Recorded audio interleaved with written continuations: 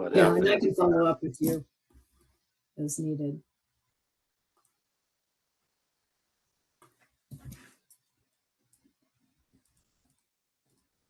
We'll give just a couple more minutes as people get signed on. A few people had trouble signing on, so.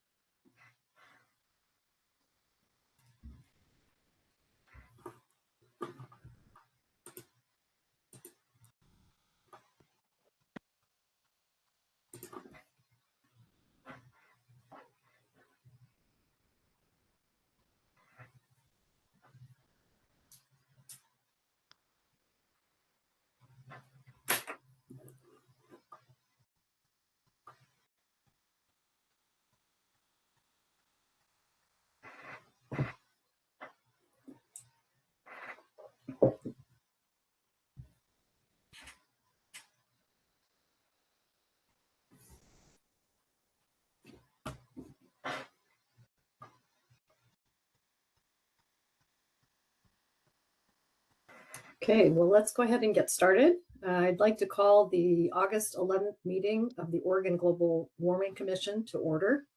Welcome to commissioners and to the public to our meeting. We've got a lot to talk about today and some really exciting milestones to discuss. So really glad to be able to kick us off today. We will soon become the Oregon Climate Action Commission as part of the Senate Bill 522 that was designed to kind of modernize the commission, and we'll be talking about the work plan associated with that work, as well as the provisions that were in 530. So excited to talk about that, as well as to put some new topics on the agenda for us to learn more about. First, I just want to thank all of the legislative champions who helped pass the Senate Bill 522 and 530 as part of that more comprehensive climate package. It's really great to see the legislature's trust in the commission and willingness to give us new responsibilities and new resources so that we can be as effective as possible at advancing climate action work in Oregon. And in particular, just want to thank Senator Dembrow, who worked tirelessly on getting provisions from those two bills into the climate package. But many others were instrumental in passing the provisions in these bills as well. So broad thank you to the legislature. After a few introductory remarks, we'll do the roll call just to give people a little more time to sign in and get online if they haven't yet. Before that, I'll just make a couple comments about the public comments that we received. And we received two public comments since our last meeting. The first was from an elementary school teacher. She wrote to us on behalf of herself and some of her students who had done a project on sustainability and climate action, and they found our website and thought it was very useful to their efforts and wanted to thank us for that. And they also found a resource that they thought we might want to add to our website. And so we will be doing a pretty comprehensive update of the website later this fall, early winter. And so we'll definitely think about how we can reflect their advice to us about including this green guide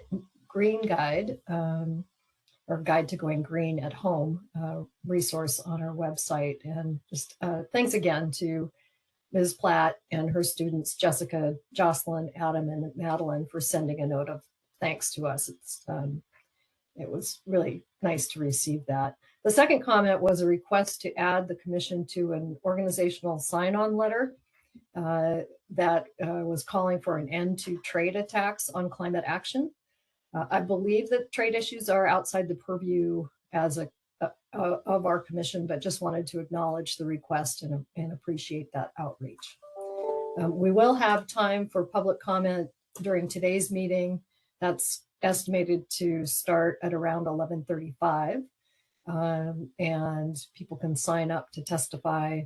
Zach and Stacy, do you want to remind folks what they need to do to let us know if they want to testify? Sure. Good morning, Chair McDonald and commissioners.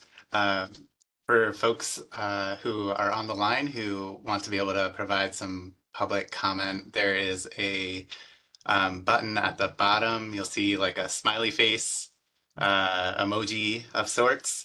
And next to that is a hand. So you can raise your hand to let us know that you want to get in the public comment queue. And then the other way is to potentially just put a message in the chat to let us know that you'd like to be able to comment at that time. Great, thank you. And we'll come back and remind folks a little later in the meeting today about the opportunity. And just a reminder for commissioners, it can be a little challenging to see when you raise your hand. So if for some reason I don't call on you, please feel free to unmute yourself and chime in with a question or a comment. Appreciate that. Just looking at the folks that have joined us. We have a new commissioner, Representative Levy. I wanted to welcome you to the commission. Really appreciate your interest in being on the commission.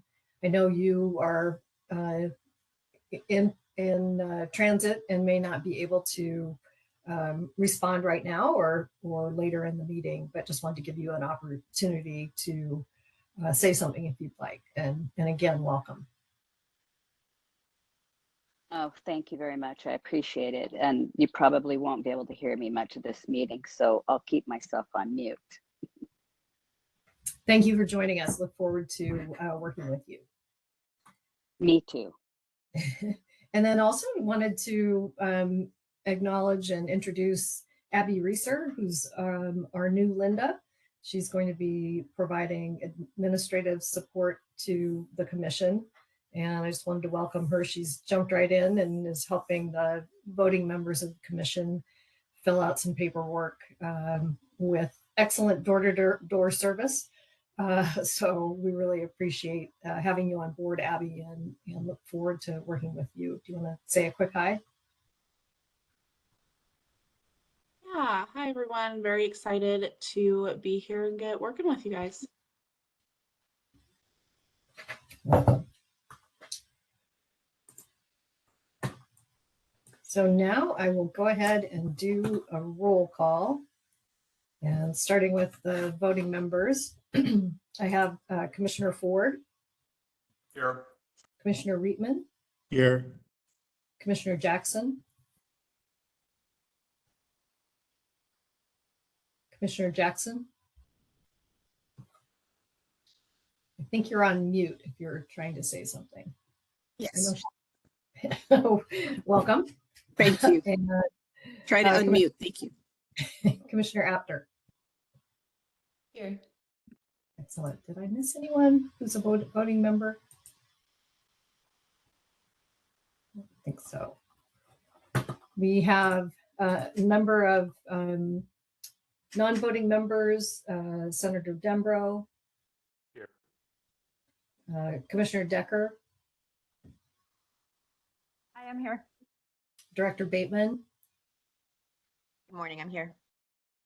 And then sitting in for Director Felden, Elizabeth Elbel. I'm here. Good morning, everyone. Good morning. And I'm just going back through the list. Again, we've got a number of staff from the Department of Energy who will be presenting to us today. They're joining us. And Suzanne Carlson is here representing the Department of Transportation. Thank you. Great. Thanks, everyone, and welcome. I wanted to, apologies. And Mary Morelands is sitting in for Commissioner Anderson. Apologies. I had you on the list, but missed that. Chair Um, McDonald, this is Alan yes. Zwick. I'll be sitting in for Oh. Janine Benner. Excellent. Thank you, Alan. Great. And with that, I wanted to open things up for commissioner updates, and I'd specifically asked Commissioner Decker to give us just a snapshot of the work that is being led by the PUC and related to implementation of House Bill 2021 and the reviews that the PUC does of the integrated resource plans with the agencies. We really want to be able to highlight this work in more detail at a future meeting this fall, but just given that the importance of the work, wanted to give Commissioner Decker a few minutes in our updates just to kind of make sure we're all aware of the good work they're doing. And so is the public. This was identified in the roadmap in recommendation 1, just the importance of making sure that this work, as well as the work that DEQ has been leading on the CPP, are well resourced and advancing well. So Commissioner Decker, do you want to just say a few words this morning, and then we'll take more time at a future meeting? Hi, folks. Megan Decker. I'm the chair of the Oregon Public Utility Commission. As a reminder, HB 2021 requires Portland General Electric and Pacific Corp to plan to 100% clean by 2040. And I'm going to cover also DEQ's climate protection program, which I think is seen as DEQ's, but as a reminder, it requires gas utilities to meet an aggressively declining cap on GHG emissions. So taken together, these activities cover a very significant amount of the total GHG emissions reductions the state is trying to achieve, as you might remember from the giant wedge they represented in that Tigger report that I think the chair was referring to. I can give a very brief overview of utility planning and what the PUC does there in the time I have here, but the message I really want to leave is that while the PUC's oversight of utility planning can guide utility actions toward compliance with these programs, meeting the goals of these policies, slashing emissions quickly with reliability, affordability, and equity is not, in my view, something the PUC can just make happen through regulatory enforcement alone. I can't overstate how important it will be for people like those on this commission who care about successful climate policy to understand utility plans around these programs, to acknowledge that the real hurdles that they demonstrate to making HB 2021 and the CPP successful, and to be really thoughtful about where additional continuing state and federal support can make a difference. So super quickly, the PUC has for decades required comprehensive forward planning by utilities, electric and natural gas, and we call these integrated resource plans. As the chair mentioned, we require these roughly every 2 years so that the actions that the utilities are taking in the near term reflect, the best current understanding of what the future holds. Right now, the PUC is in the middle of its review of the first plans that deal with HB 2021 for the electric utilities and the climate protection program for the gas utilities. There are currently opportunities to learn about and get involved in commenting on these utility plans in dockets for each individual utility at the PUC. PUC decisions are expected largely to come in the first half of 2024. And I want to note that the next cycle of plan development will begin from there. So each utility involves interested people in their planning efforts to one degree or another, and that engagement while the utility is developing the plan is frankly as important as telling the PUC what you think about the plan once it's completed. So utility websites do detail opportunities for engagement at more and less technical levels. There are certainly efforts by the electric utilities as required by HB 2021 to engage participants at a less technical level than we've been accustomed to maybe at the PUC over the years. So hopefully that is enough of an overview to get you interested, and maybe we'll have the opportunity to provide more information going forward. Thanks. Thank you, Commissioner Decker, and I appreciate you kind of correcting that notion that the CPP is not just a DEQ effort, but a really important part of your work as well. So thank you for that. And kind of a good segue to this topic, the next topic on our agenda.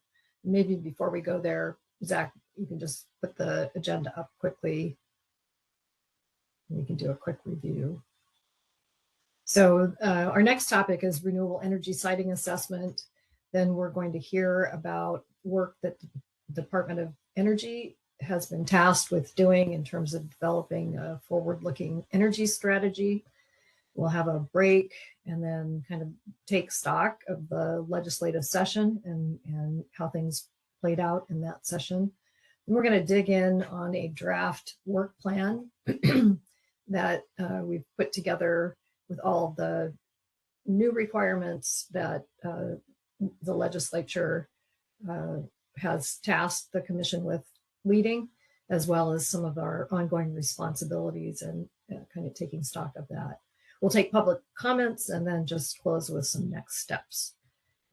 But the segue to the next topic is one that we've talked about for quite a while, the importance of being able to both to site renewable energy well and efficiently as possible to meet our emission reduction goals. And this work that the Department of Energy and DLCD and others led is, I think, a really important input to that need. And so I'm excited. This was adopted, I think, a year ago, June, and I've had it on my list of topics to get in front of the commission for quite some time.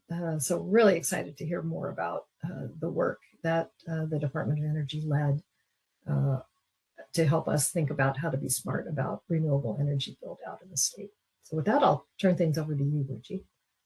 Great. Can you all hear me okay? We can. Okay, excellent. Good afternoon, everyone. Appreciate the invitation, Chair McDonald and members of the commission. My name is Ruchi Sadir, and I'm Associate Director for Strategic Engagement for the Oregon Department of Energy, and I'm joined today by my colleague, Wally Adams, and he's an analyst with the Oregon Department of Energy's Facility Siting Division, which staffs the Energy Facility Siting Council, and he's going to be sharing screen and doing a live demo. Thanks again for the opportunity. This presentation is about the Oregon Renewable Energy Siting Assessment, which was a multi-year project to help the state better understand opportunities and constraints around future renewable energy development. Like the chair said, this commission has heard lots of presentations from different sources, like the Biennial Energy Report, even what you heard from Chair Decker a moment ago in terms of planning from the utilities in terms of the significant renewable energy development that will be needed in the coming decades in order to meet our clean energy targets and requirements. And, I'm sure that you want the answer to that question, but we're not actually going to directly answer that question of where all the new renewable energy development is going to go. But we have assessed the landscape and we've built an online mapping and reporting tool to help. So today you'll hear about the online mapping and reporting tool as well as the companion report that goes with it. And I want to be clear from the very start, especially because these were policy topics that were raised in the most recent legislative session, that this tool is completely voluntary to use. It does not substitute for information that's submitted to regulatory agencies at counties or the state at FSEC or permits required by ODFW. It's really not a substitute for those regulatory decisions that are made and the sort of evidence and record that those decision makers need. It's voluntary to use. Next slide, please. The project was funded through the U.S. Department of Defense, and it was approved by the legislature back in 2019. It closed in June 2022, but the tool continues to be maintained with up-to-date data through our friends over at the Institute of Natural Resources at OSU. And with that, I just want to take a moment and thank our interagency team from ODO, from INR, from Department of Land Conservation Development, Oregon Military Department, and the Department of Defense and Navy. And we also worked with other state agencies like the Oregon PUC, ODFW, as well as local, federal, and tribal governments. We gained input from industry, subject matter experts, and technical advisors, as well as stakeholders across several sectors. Next slide, please. Related to our project goals, I'll just highlight a few key points. Our project deliverable is considered discussion support and educational in nature. Our goal in partnering with DoD and our local military liaisons was to support renewable energy compatibility through coordination and early notification, which actually became a theme across a lot of other people, staff at tribal governments and local governments that review renewable energy project proposals all wanted more coordination across government, industry, and communities.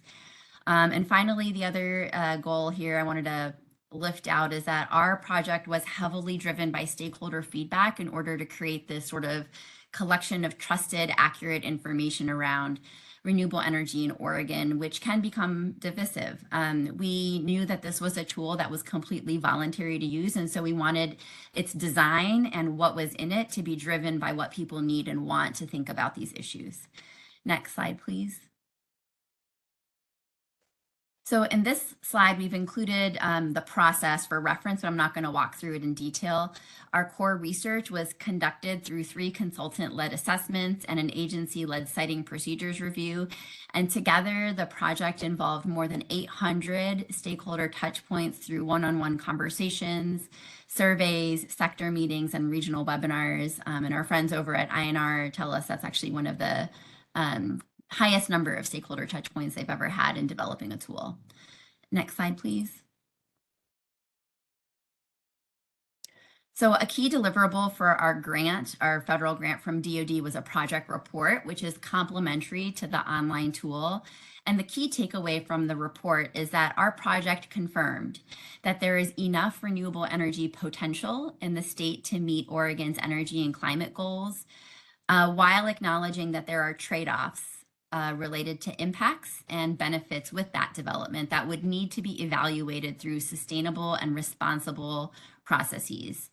There were also takeaways around there being notable challenges to renewable energy resource development associated with transmission infrastructure, as well as siting and permitting criteria. And that criteria weighs policy and legal priorities. I'm happy to come back to the report or set up follow-ups with any of you if you'd like to dive into the report if there's interest. Next slide, please. The mapping and reporting tool is housed on Oregon Explorer and curated by Oregon State University Libraries and Institute for Natural Resources. To produce the tool, our team reviewed more than 600 data sets, and INR conducted significant user testing, which again is their largest ever engagement. And with that, I'm going to pass it to my colleague Wally to do a live demo of the tool. And if that doesn't work for some reason, we'll come back to the slides because we do have some screenshots. Go ahead, Wally. Thanks, Richie. So I'll just go to this slide briefly. We're going to see this in a moment when I go to the tool. And I guess I should say for the record, Wally Adams.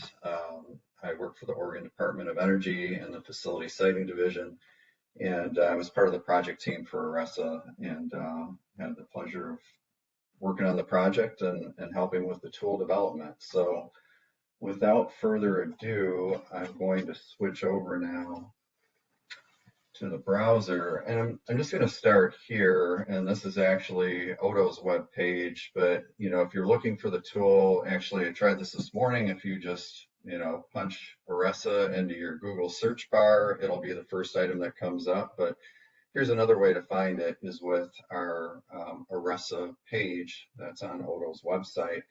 And when you see this icon, if you click here, it'll take a few moments to load, but you can see we're moving to Oregon Explorer. And it always takes a few seconds to load depending on your connection speed. And then you'll get this menu that pops up. There's 3 different parts to the tool. There's the Explore part, which is where we're going to spend most of our time today. Get a report, we'll touch on that briefly. The Learn section has a lot of kind of backup information. The report that Ruchi just mentioned is over here, along with a lot of other kind of reference info if you want to check it out. So I'm going to click on Explore. And then I'm going to switch. I've got another instance of this open. It can take a few seconds sometimes for some of the data layers to pull up. So hopefully it'll be a little quicker because I've got some of this preloaded already. So now that we're in here, you can kind of see the basic layout. We've got our map on the right, and then we've got our list of data layers on the left, and there are a lot of them. There are hundreds of data layers in here. It's the project team spent a lot of time identifying these and sorting through which ones would be the most useful for people who are interested in renewable energy siting, and which were the reliable sources that we could count on over time.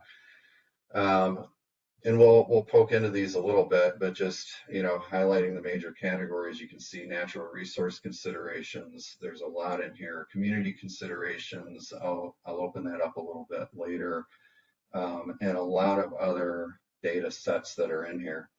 I want to start with military training areas.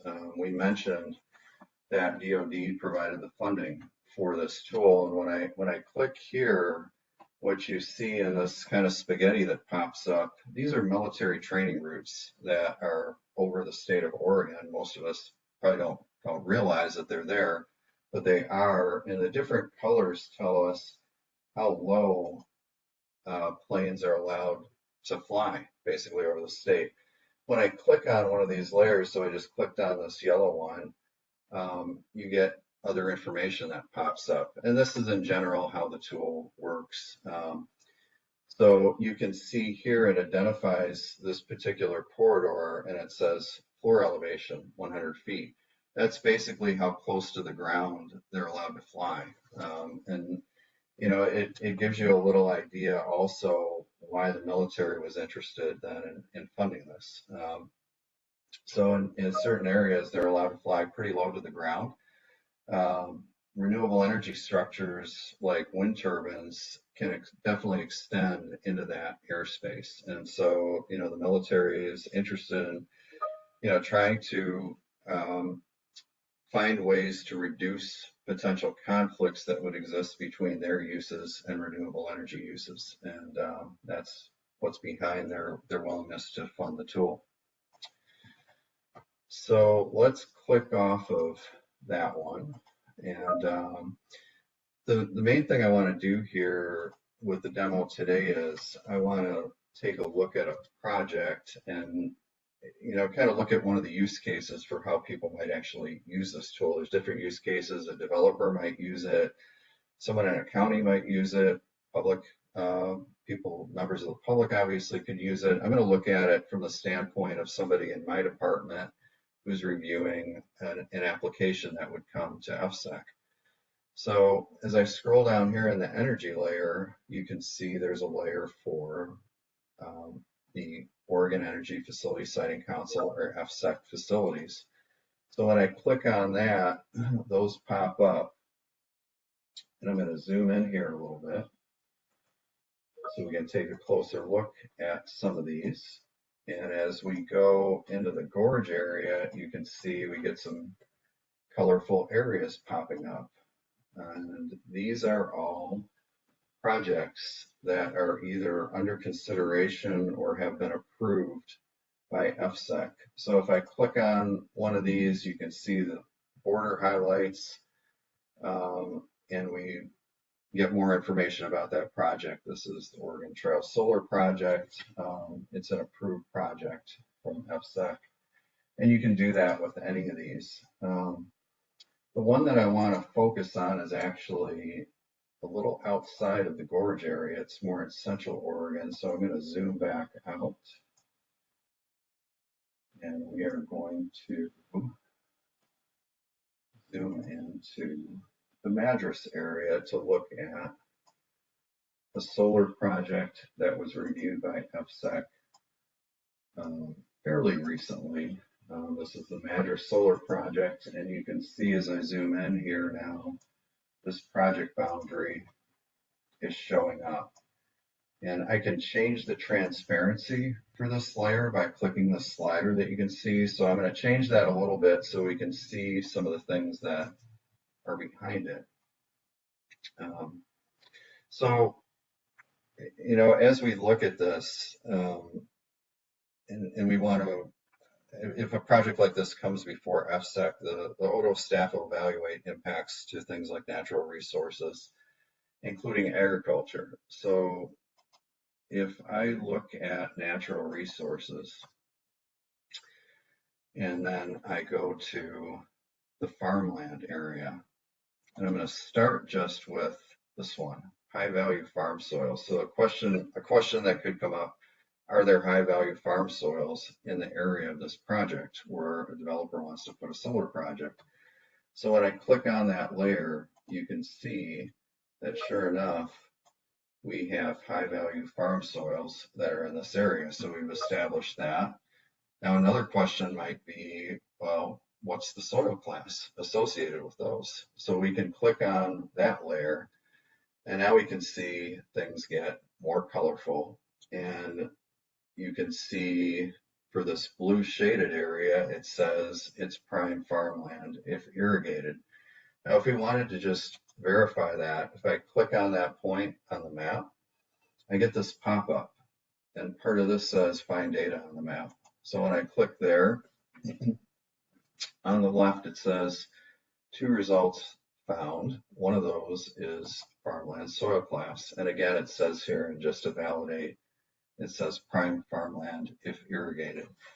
So when this project was actually evaluated, and I just have to look at my notes here, FSEC found that it is part of an irrigation district, but it had never been irrigated, hadn't been used for agriculture in over 25 years.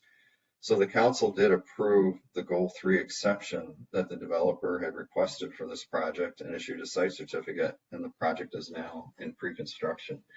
So just a little example of how the tool can be used, you know, by different people for different purposes. One other thing that I'd like to show, and I'm going to click off this natural resources area for a minute and look at community considerations. There's a lot of community-based data in here and EJ, environmental justice data. So if I take a look, for example, in this area, so there's the EPA, EJ screen data in here, and under socioeconomic indicators, I clicked on demographic index earlier. So when I click this section on now, you'll see that we get 4 colors that are popping up, and it's telling us that it has demographic index information for here.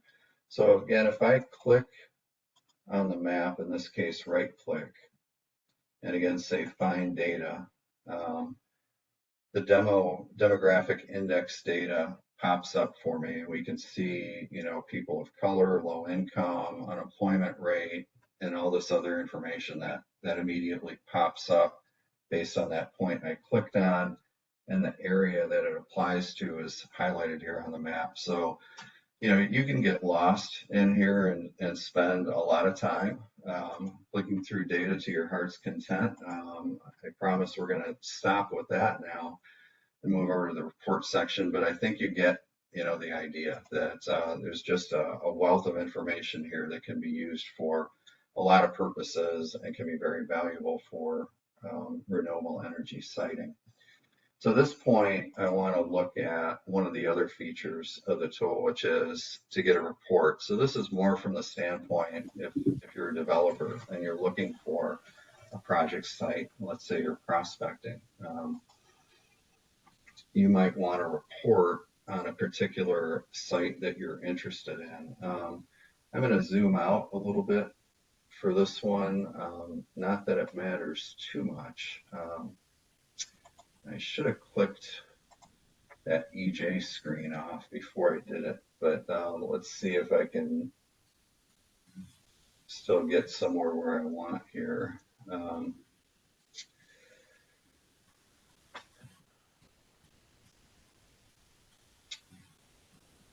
Let's try to move over to this area. This is a fairly undeveloped area, and you can see maybe these purple lines. These are transmission lines. So if I'm going to do development, I'm going to want to do it in an area where transmission is nearby. So I'm just going to pop in a name for this.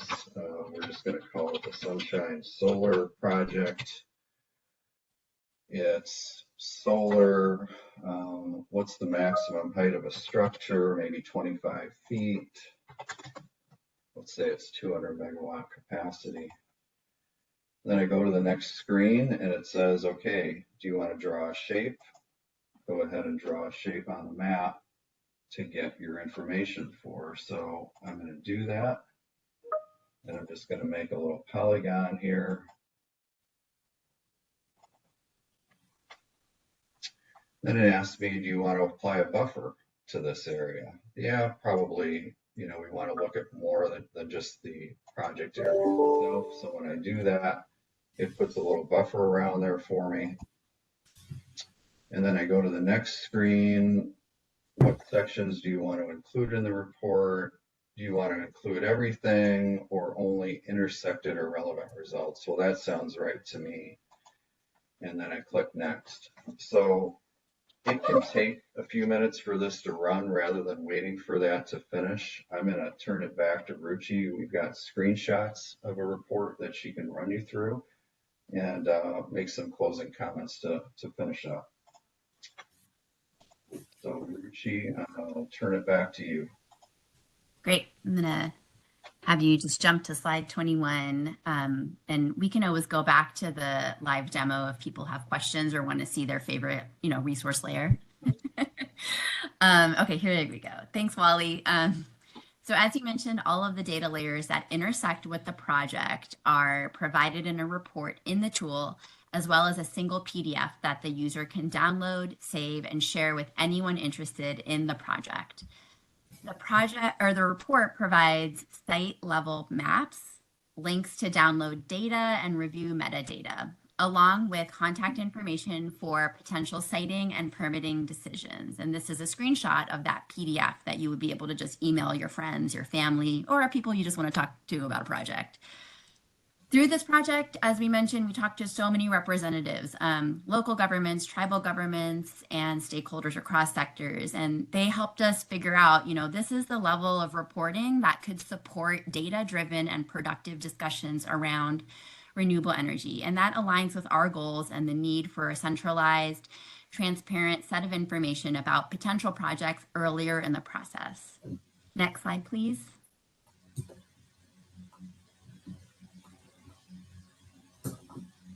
So this is just a list of some additional links to project resources, and we just wanted that for reference. You can click on, I think they'll be posted. Zach will, I think, put them on the list on the commission website as well.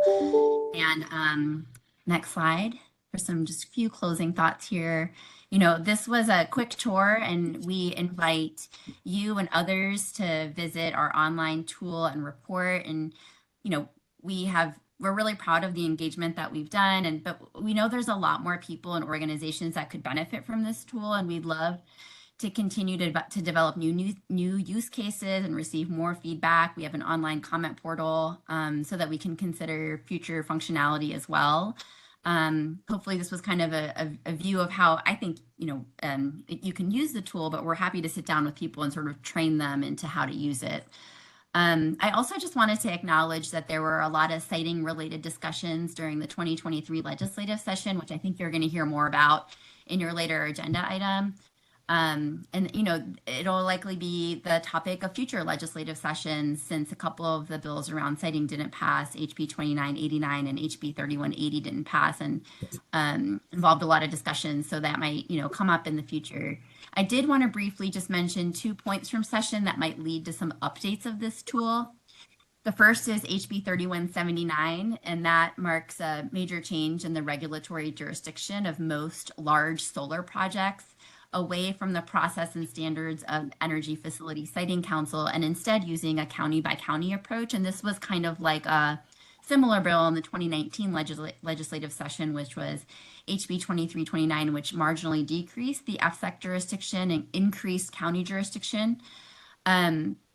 So HB 3179 decreases that FSEC jurisdiction further. So the thresholds for projects that are now subject to county instead of FSEC jurisdiction involve different acreage. The 3179 county thresholds is greater than 1,000 acres to less than 240 acres for high value farmland. For solar predominantly on cultivated land, it's greater than 100 acres to less than 2,560 acres. And then solar on other land is greater than 320 acres to less than 3,840 acres, which is about 6 square miles. And so anything above that would still go to FSEC, but just to note that there's a change there. There was also some changes in terms of requirements around removing some of those facilities after their life is complete.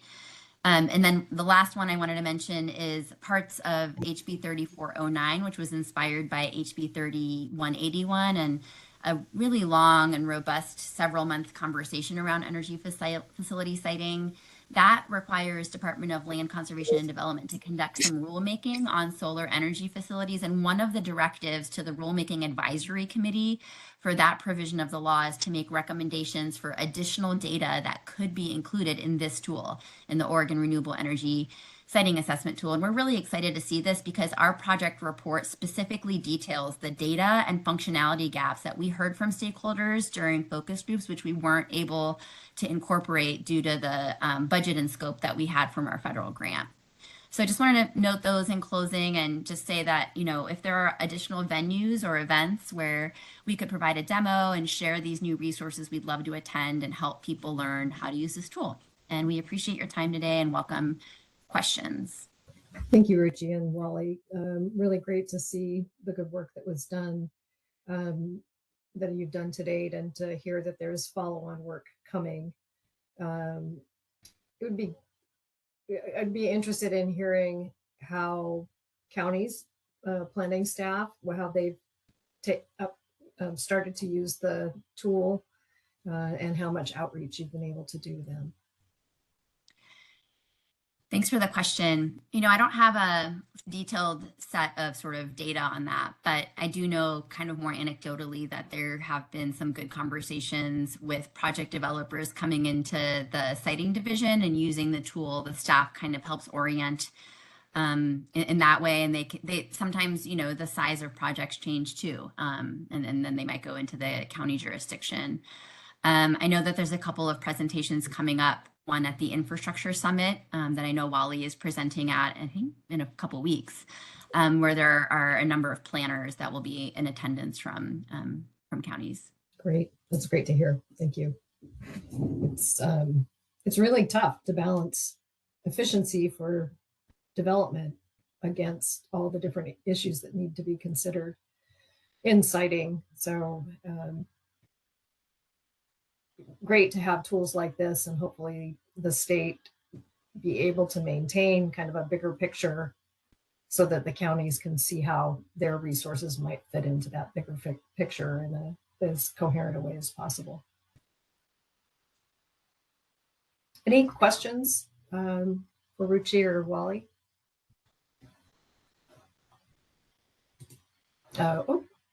Commissioner Apter. Thank you. Well, yeah, first want to echo Chair McDonald's appreciation for the tool itself. I think, especially with renewed attention around siting, particularly, I feel like coming out of the Inflation Reduction Act's passage, there's just, so much conversation and needed attention around this. So I really appreciate being able to appoint interested people and stakeholders to this tool and just having it readily available. So huge appreciation to Odo for all the work that went into developing this. I think maybe this is a little bit more relevant to the upcoming agenda item around legislation. But I think given all of the renewed and increasing attention around the need for accelerated development of renewables and transmission in order to meet our climate goals, and really maximize the benefits of recent federal investments from the IRA. I'm just curious if the report findings around challenges related to renewable energy resource development and associated transmission infrastructure, I recognize there aren't recommendations or at least policy recommendations, but I'm curious if the challenges identified differentiate between state and federal laws and opportunities to overcome those barriers. I know, of course, there's a pretty big ongoing conversation at the federal level around streamlining siting through permitting reform. But just as this commission continues to think about advancing the roadmap to 2030 and leveraging federal funding, I think it would be helpful to have more clarity in terms of what tools and actions are available at the state level and the local level, but to accelerate siting of renewables and transmission infrastructure. Thanks for the question. Just two thoughts I'll mention, in part because a long time ago I worked in the federal government on that topic, so I just can't help myself. But there is a lot of work happening in the federal government, and it's hard. There's a lot of jurisdictional issues where you have sort of a patchwork of authorities, land ownership that make especially transmission very difficult. And one could ask whether the joke we had sort of was, is transmission the Christmas tree and the ornaments the renewable energy projects, or what is the relationship there? And truly, if there's not a method to go to market, it's really difficult to sort of pencil out a renewable energy project. And so two things there. One is that the layers in this tool do include federal layers. And so we did talk with Forest Service, BLM, Fish and Wildlife Service, and incorporated data layers to provide an understanding of those jurisdictional issues. And then the second is a gap that is detailed in the report, which is there was a lot of desire around having an understanding of the available capacity of existing transmission lines and substations. The way that data looks is very different than a sort of GIS layer. And so we were unable to sort of incorporate that type of data into the report. Instead, we have a link that allows people to sort of go to other sources to see what capacity might be available if it's publicly available. Bonneville's, for example, is. And so I think that there is some really interesting work that could happen to try to integrate that a little bit more. I also think that the sort of ongoing conversation with the federal agencies will be really important, but the siting division has and I think that's really focused on NEPA, as well as some of the substantive requirements that, Fish and Wildlife Service or other resource agencies have. But the sort of siting process in Oregon and the land use laws in Oregon are really substantive and standards in basis. So if the developer is able to, meet that standard, then they're able to sort of move forward, and FSEC as a sort of one-stop kind of coordinating body for the rest of the state requirements. And so, as we think about in the report, the sort of trade-offs, and you'll hear this with the energy strategy too, as we think about pathways to meet our goals, there may be trade-offs that require policy discussions. And we didn't go into that level of detail in the report, but mostly to say that we have enough renewable energy potential in this state. We might not want to use it all. We might want to sort of think about other resources available in other states and a more efficient way to get at those through a regional transmission organization or otherwise. But sort of thinking about all of those options in a holistic way is what I think the energy strategy might help to help lay out. And I think that siting might be one of the things that are involved in that as well. Thank you, Richie. I will say that land use planning came up quite a bit during the U.S. Climate Alliance Natural and Working Lands Learning Lab in April. And, the need and opportunity to think about renewable energy siting was definitely on a lot of states' minds. And there's a lot of renewed interest, I think, in that. So opportunities to collaborate with other states and think about how we're all approaching this. Certainly, Oregon is well ahead in the land use management and regulation than many other states, but so an opportunity for Oregon to kind of show the way, but also to think through this new body of development associated with renewable energy and how to best address that. Commissioner Decker. Yeah, I just wanted to say in response to Commissioner Apter's point there that, permitting is a lot about sort of getting transmission projects through the pipeline faster, right? So we need to shorten the time frame. If the pipeline is 20 years long, then we're probably behind right now, right? But it's also a matter of getting transmission projects that are beneficial in the pipeline. And I wanted to just mention that there's a good Business Journal article this week about some of the work that needs to be done on a regional basis, as opposed to maybe just a state or a federal basis, with BPA and with other sort of groupings of states to make sure that we're sort of putting the vision of the future out there and the needs for transmission are identified so that they can get into the pipeline so the pipeline can move faster with these permitting reforms you're talking about. Yeah, great point, Commissioner Decker. And we talked about regional markets and transmission, but it's been over 2 years now since we had that conversation. So it would be great to kind of check back in on those topics and see how things have changed and what, if anything, we should be trying to weigh in on. Before we move on, a participant named Ken raised their hand earlier, and I wonder if that is Representative Helm, and if so, if we could elevate Representative Helm to be a participant. So I don't know if you can unmute Ken. There we go. If it's me, it was an accidental hand raise. Okay, so this is not Representative Helm. No. Okay, thank you very much. Appreciate that. Any other questions or comments? Again, great work. It's really exciting to see this a lot and how much. Just a quick question. Does the planning tool include offshore resources? Oh, great question. Great question. So, our main funder was the Department of Defense, and they have a strong interest in offshore. Their data was not quite ready for the full level of detail that the onshore version has. The onshore version has very detailed kind of flight paths that they use. But there is offshore information to some degree, but it's not the same level of detail, I would say. It also has significant linkage to another tool that DLCD developed, which is called the Oro Wind Map.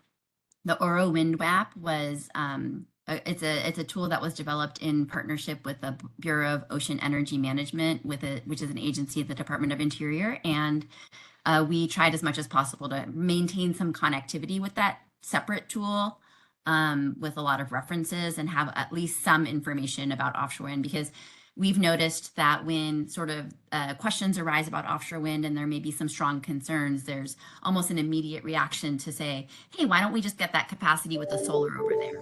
Or if there's a question around solar that arises in Eastern Oregon, there's sort of a natural reaction to say, hey, how about if you just get that capacity with offshore wind over there? And so you sort of needed to provide at least a broad brush of all of the resources that might be available in the renewable energy sector to sort of have this conversation. But thanks for that question. It came up quite a bit during the makeup of this tool. And will that be some of the follow-on work to kind of build on that DLCD will do with you all as part of the implementation of House Bill 3181? You know, I think that the focus of that bill will be solar. There's a sort of a separate conversation happening with BOEM around offshore wind, and I would defer to DLCD. I think Director Bateman is on the line if there's more detail there. But I think for now, we're going to continue pointing users to the basic level of detail, and for more information, go to the Aura Wind tool. Great. Well, I am going to move us along. We are about 10 minutes behind, a little bit more. But again, thank you for the great presentation, and look forward to staying on top of it and seeing how we can engage in some of the follow-on conversations, such as regional markets and transmission.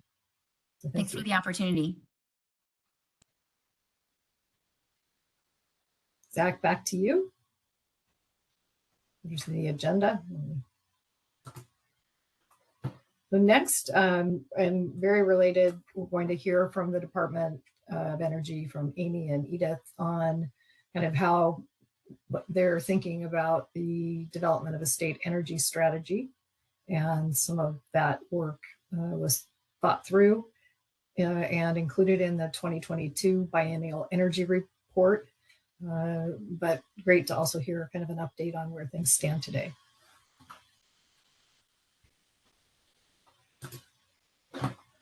So welcome, Amy. Hi, thank you. Okay. Thank you, Chair. I am Amy Slusher, and I'm joined by my colleague Edith Bayer, and we are senior policy analysts with the Oregon Department of Energy. And we're here to talk about some of the findings from ODO's 2022 Biennial Energy Report and our forthcoming work to develop an energy strategy for Oregon. I'm going to start by giving an overview of our Charting a Course policy brief from our 2022 energy report. Next slide, please. As you can see from our mission statement on this slide, ODO's mission is to help Oregonians make informed decisions and maintain a resilient and affordable energy system. The Biennial Energy Report is a key resource that the agency uses to help Oregonians make informed decisions about energy. And it also exemplifies several aspects of what we do. It's a central place for Oregon's energy data, information, and analysis, and it can be used for energy education, technical assistance, and helping identify solutions to Oregon's energy challenges. Next slide, please.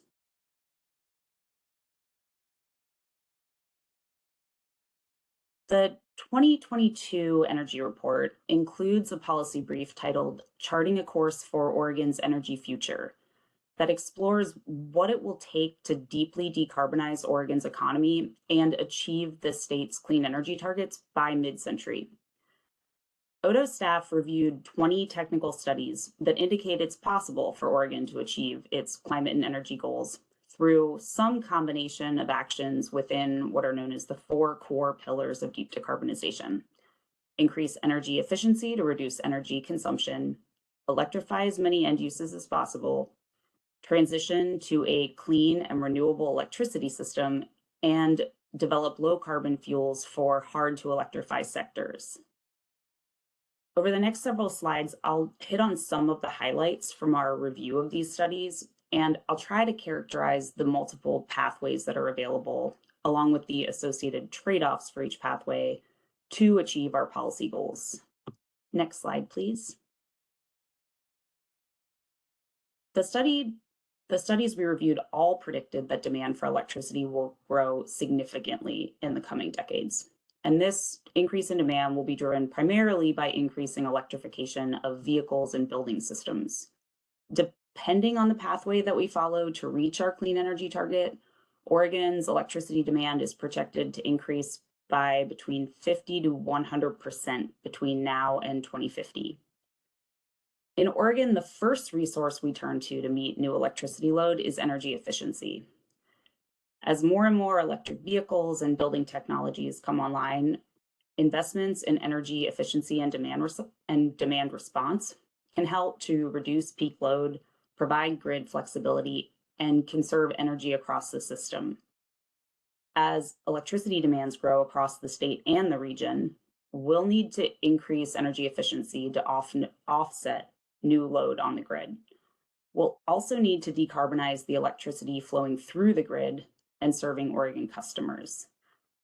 This means we'll need to deploy additional renewable energy resources to meet new electricity demand that isn't reduced through energy efficiency, while at the same time, we'll need to replace existing fossil resources with renewable resources. One study looking at Oregon specifically found a need for as much as 30 gigawatts or 30,000 megawatts of new wind and solar to meet Oregon's electricity needs in 2050. And to put this into context, approximately 2 gigawatts of wind and solar capacity were deployed in Oregon between 2010 and 2020.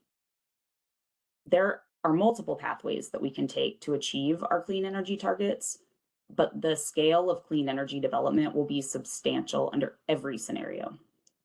There are also important considerations and trade-offs associated with different pathways for transitioning to clean energy. For example, building more transmission would enable us to source renewable energy from a broader geographic area or offshore, which would increase access to low-cost clean energy while minimizing land use impacts in Oregon. But building new transmission infrastructure can be challenging, and it can take a decade or more to secure the necessary approvals to build a new line. Similarly, deploying small-scale and community-based renewable projects would deliver clean energy while also providing co-benefits, like increased energy resiliency and new economic opportunities in local communities. But these projects are also likely to be higher cost than larger utility scale projects and can have localized land use impacts. So given these and many other trade-offs, Oregon will need to engage with stakeholders to identify an optimal pathway to achieve the level of renewable energy build out needed while balancing these trade-offs. Next slide, please. We also need to determine what role will remain for natural gas and existing gas infrastructure.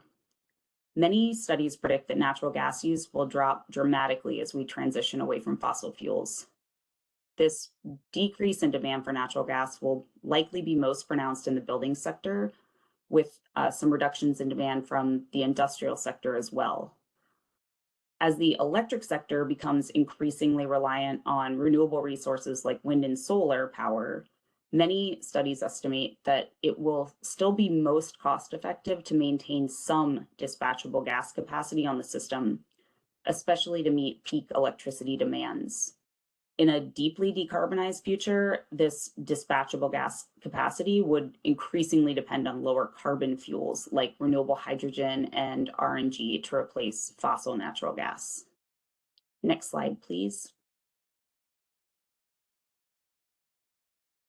When it comes to transportation, the studies we reviewed almost universally find that a rapid transition to electric vehicles is essential for achieving decarbonization goals. But transportation electrification will also create unique equity challenges that must be addressed to eliminate barriers to EV ownership and ensure equitable access to affordable charging. While fuel savings are likely to be substantial, the upfront costs of purchasing an EV, combined with the potential difficulties in accessing residential charging infrastructure, especially for people living in multifamily buildings, all present impediments to EV ownership that we need to address. Some studies also identify a need to develop alternative low carbon fuels for transportation modes that are hard to electrify, like rail, aviation, and marine applications. Next slide, please. In recent years, Oregon has experienced 116-degree temperatures, catastrophic wildfires, and extreme drought in large portions of the state. The effects and costs of climate change are increasingly being felt by Oregonians, and these impacts are inequitably spread across the state's communities. technical modeling shows that Oregon can achieve its mid-century clean energy and climate goals. There are multiple pathways we can take to reach our goals, and each of these pathways has unique trade-offs for the state. So we have some really important choices to make. What do we want our clean energy future to look like, and how do we want to get there? How can we ensure that the costs of the clean energy transition aren't disproportionately borne by communities that are already experiencing high energy burdens? And how can we prevent those communities from being left behind by the energy transition?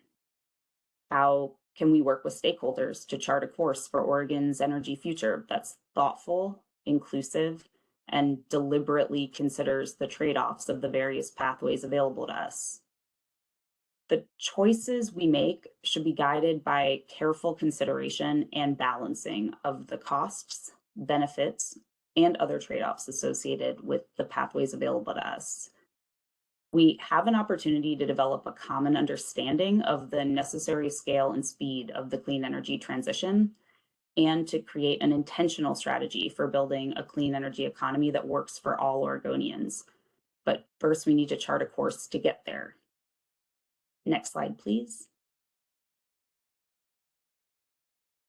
So with all of this in mind, we included just one recommendation in the 2022 energy report, that the state undertake a robust, stakeholder-driven process to craft an energy strategy for Oregon. We determined that an energy strategy would help Oregon navigate these trade-offs and align public and private actions to support an intentional, equitable transition to a clean energy economy. An energy strategy could identify pathways to meet the state's climate and energy policy goals, maintain affordability and reliability, strengthen the economy, and prioritize equity while balancing trade-offs to maximize benefits and minimize harms. And now I'd like to pass it over to Edith to talk a little bit more about the Oregon energy strategy. Thanks a lot, Amy. And if we go to the next slide. I'm Edith Bayer, Clean Energy Policy Team Lead at Odo. Thanks for the opportunity to speak today. So I wanted to talk a little bit about the Oregon Energy Strategy. As I'm sure you know, as part of the climate and energy package, this recommendation that Amy just mentioned has turned into an opportunity and a directive for Odo to lead the development of an Oregon State Energy Strategy. The relevant legislation is in House Bill 3630. I should start by saying that we're very early in the process, and so everything that I'm going to present today reflects an early stage of the planning and the thinking. That means that I'll mainly focus on what we're being asked to do rather than the details of how we're going to do it. I can say that we're in the process of planning and of contracting technical and facilitation experts. Getting this support on board will be critical for us to be able to carry out the technical analysis and to engage in robust stakeholder engagement throughout the process.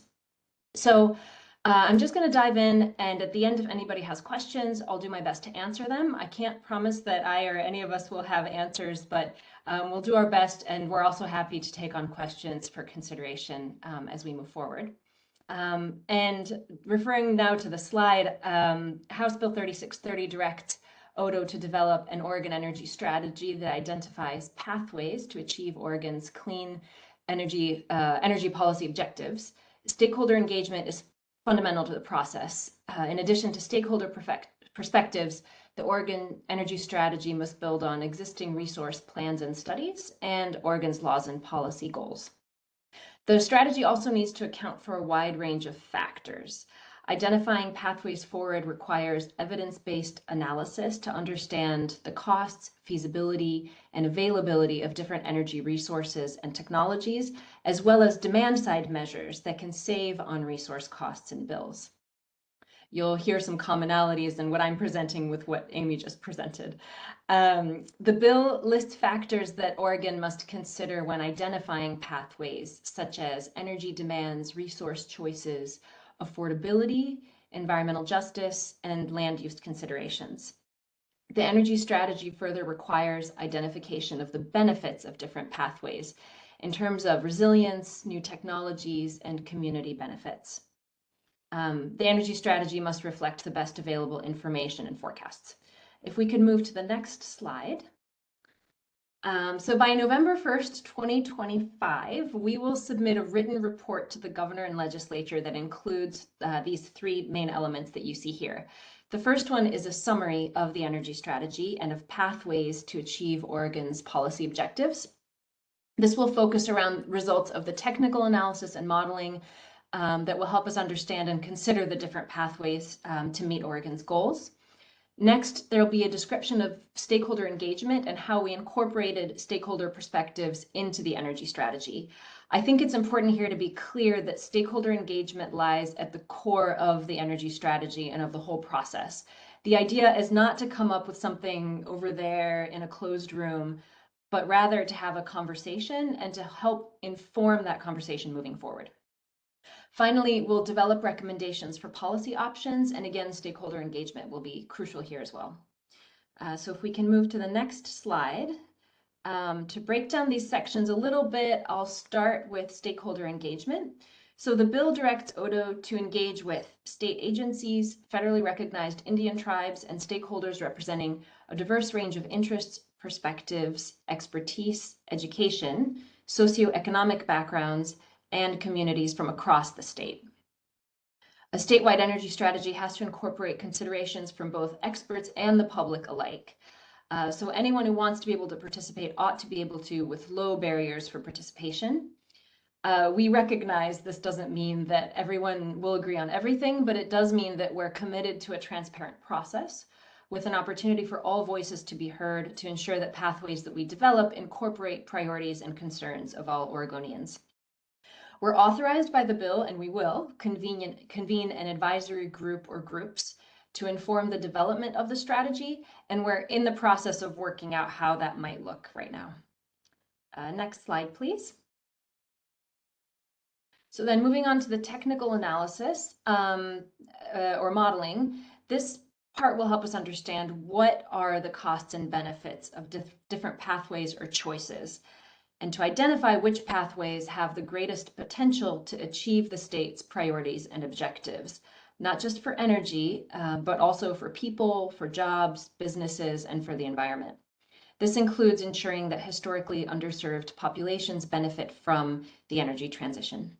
We'll engage with stakeholders throughout this process to ensure that their views are taken into account, starting with the scoping stage, and ensure that there's an opportunity to input into the analysis also before it's finalized. So again, we really want to make sure the stakeholder engagement is something that we're actively pursuing throughout the whole technical analysis. The technical analysis will be an essential input into the policy recommendations. And right now, as I said, we're in the process of looking for a technical expert to carry out this work with us. Next slide, please. So last but certainly not least, the strategy will include policy recommendations. Again, it's not possible to go into details right now because we're in the early planning stages, but I thought it would be important to mention some of the main considerations that will go into development of the policy recommendations. First, it's important to emphasize, as with the technical analysis, stakeholder engagement will be essential here. Relatedly, we recognize that responsibility for meeting our climate and energy goals, as well as expertise with existing policies and programs, is shared among agencies. So for this reason, it will be very important to work with other state agencies to ensure that the energy strategy aligns with our existing policy frameworks and programs and advances all the various existing moving pieces. Finally, as I mentioned before, the policy recommendations will build on the findings of the technical analysis. Next slide, please. So to wrap things up, I just wanted to leave you with a few of the important types of questions that we hope to answer, or at least advance towards a more helpful answer in the energy strategy. These include what are the costs and benefits of the clean energy transition? How much clean energy do we need, and how fast do we need it? How do we protect our most vulnerable communities to ensure that everyone benefits across the state? How do we balance farm and forest land protection with the new need for new energy facilities and transmission? And then if you go to the next slide, just to wrap things up, as I said at the start, we're in the early planning stages. We're very excited. We look forward to working with you and with others across the state to develop something that's not just a report, but a living document and a process that can help advance a vision for the state, support good policy making and good choices, meet our climate and energy goals, and that will build on over time. And the bill does make clear that the energy strategy should be revisited and evolve over time. So thanks very much, and looking forward to questions.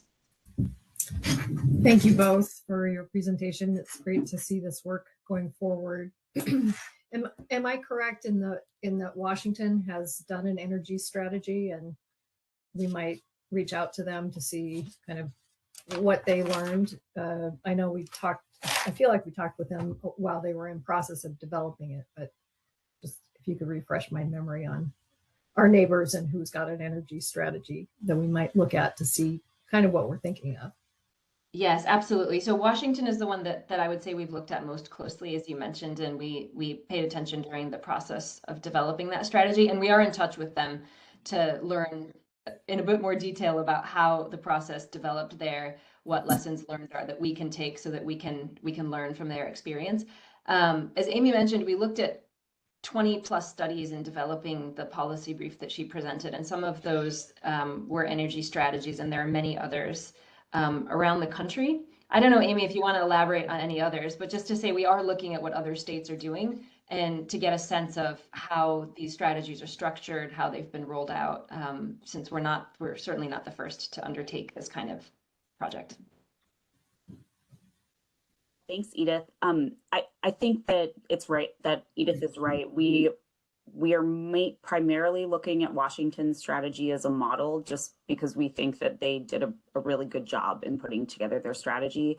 And it was a really equitable, inclusive stakeholder process that they employed, which we are very committed to doing. So as Edith noted, we are in conversations with them, and we'll continue to try to collaborate with them as much as possible as we move through our strategies, so that we're taking away lessons from what they did. We're not repeating their mistakes, and we're trying to employ the strategies that they used that were really effective.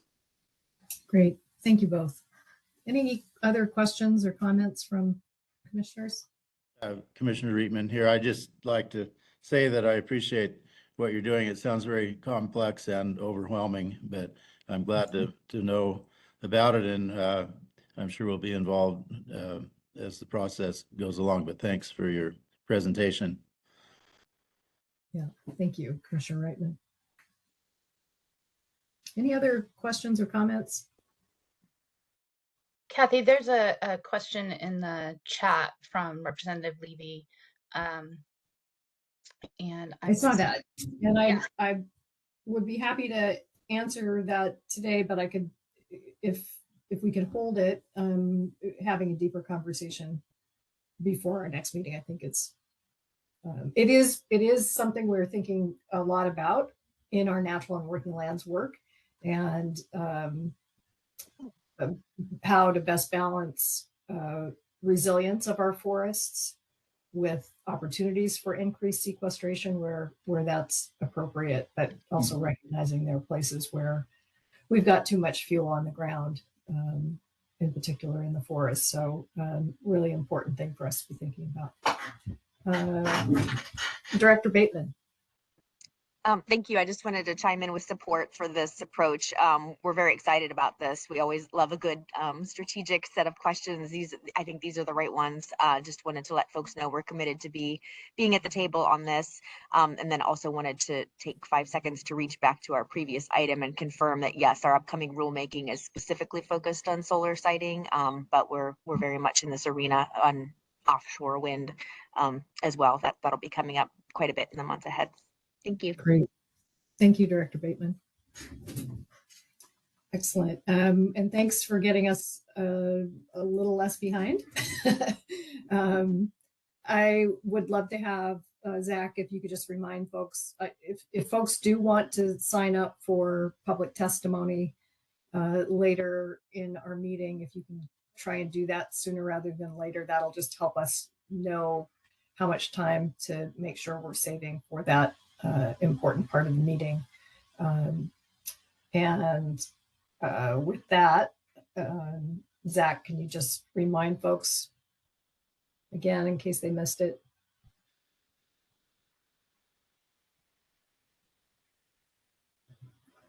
Sure, yes, sorry. So if folks would like to be able to make public comment during the public comment period, you should see a smiley face at the bottom of your screen. It's a reactions emoji of sorts. And then next to that, you should see a hand, and you would click on that hand to let us know if you want to get in the queue. The other way to get in the queue would just be to put a message in the chat, and we'll monitor that when the public comment period comes.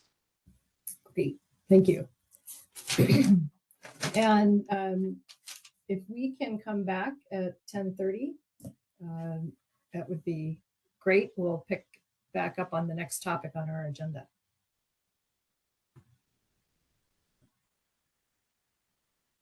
Thank you.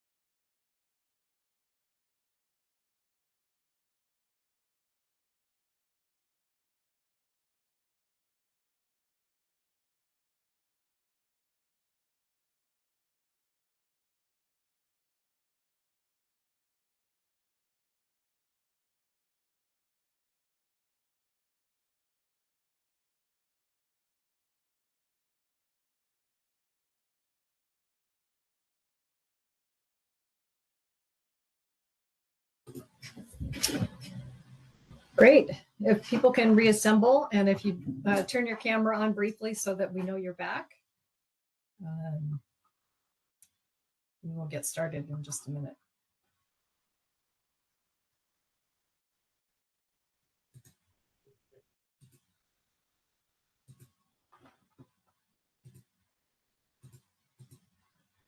People can get back on camera briefly, at least, just so that I know you're back.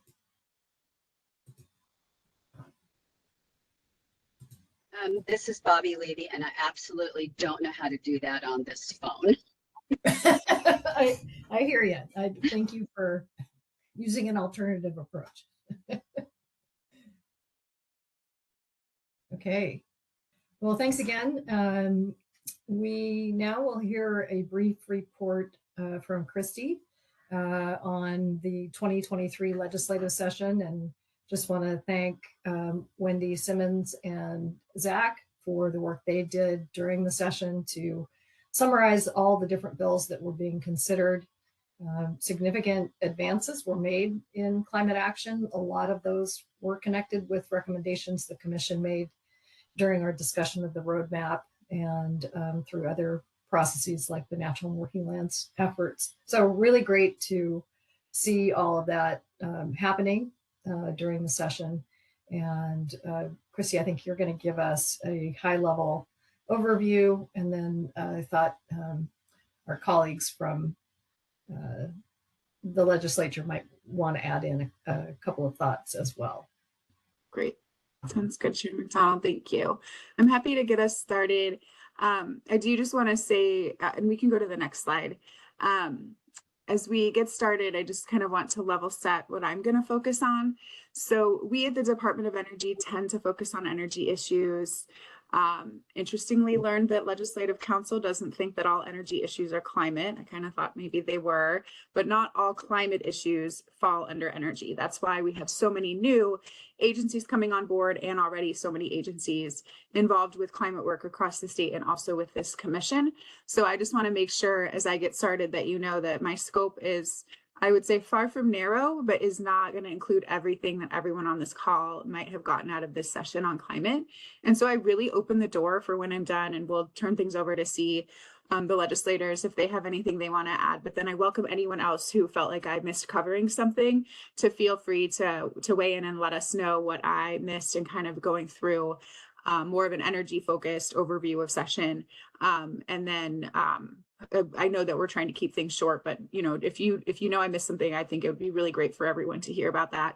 And I do want to give big kudos to Wendy and Zach for putting, especially, I think Wendy does a lot of the work in pulling the bills and tracking legislation that is broader than our work on energy when she does that report that you all see throughout the year. So I just wanted to make sure, you know, I'm going to be a little narrower, but Wendy makes sure she keeps it broad and matching up with your work overall. So I can go to the next slide if that works. Thanks.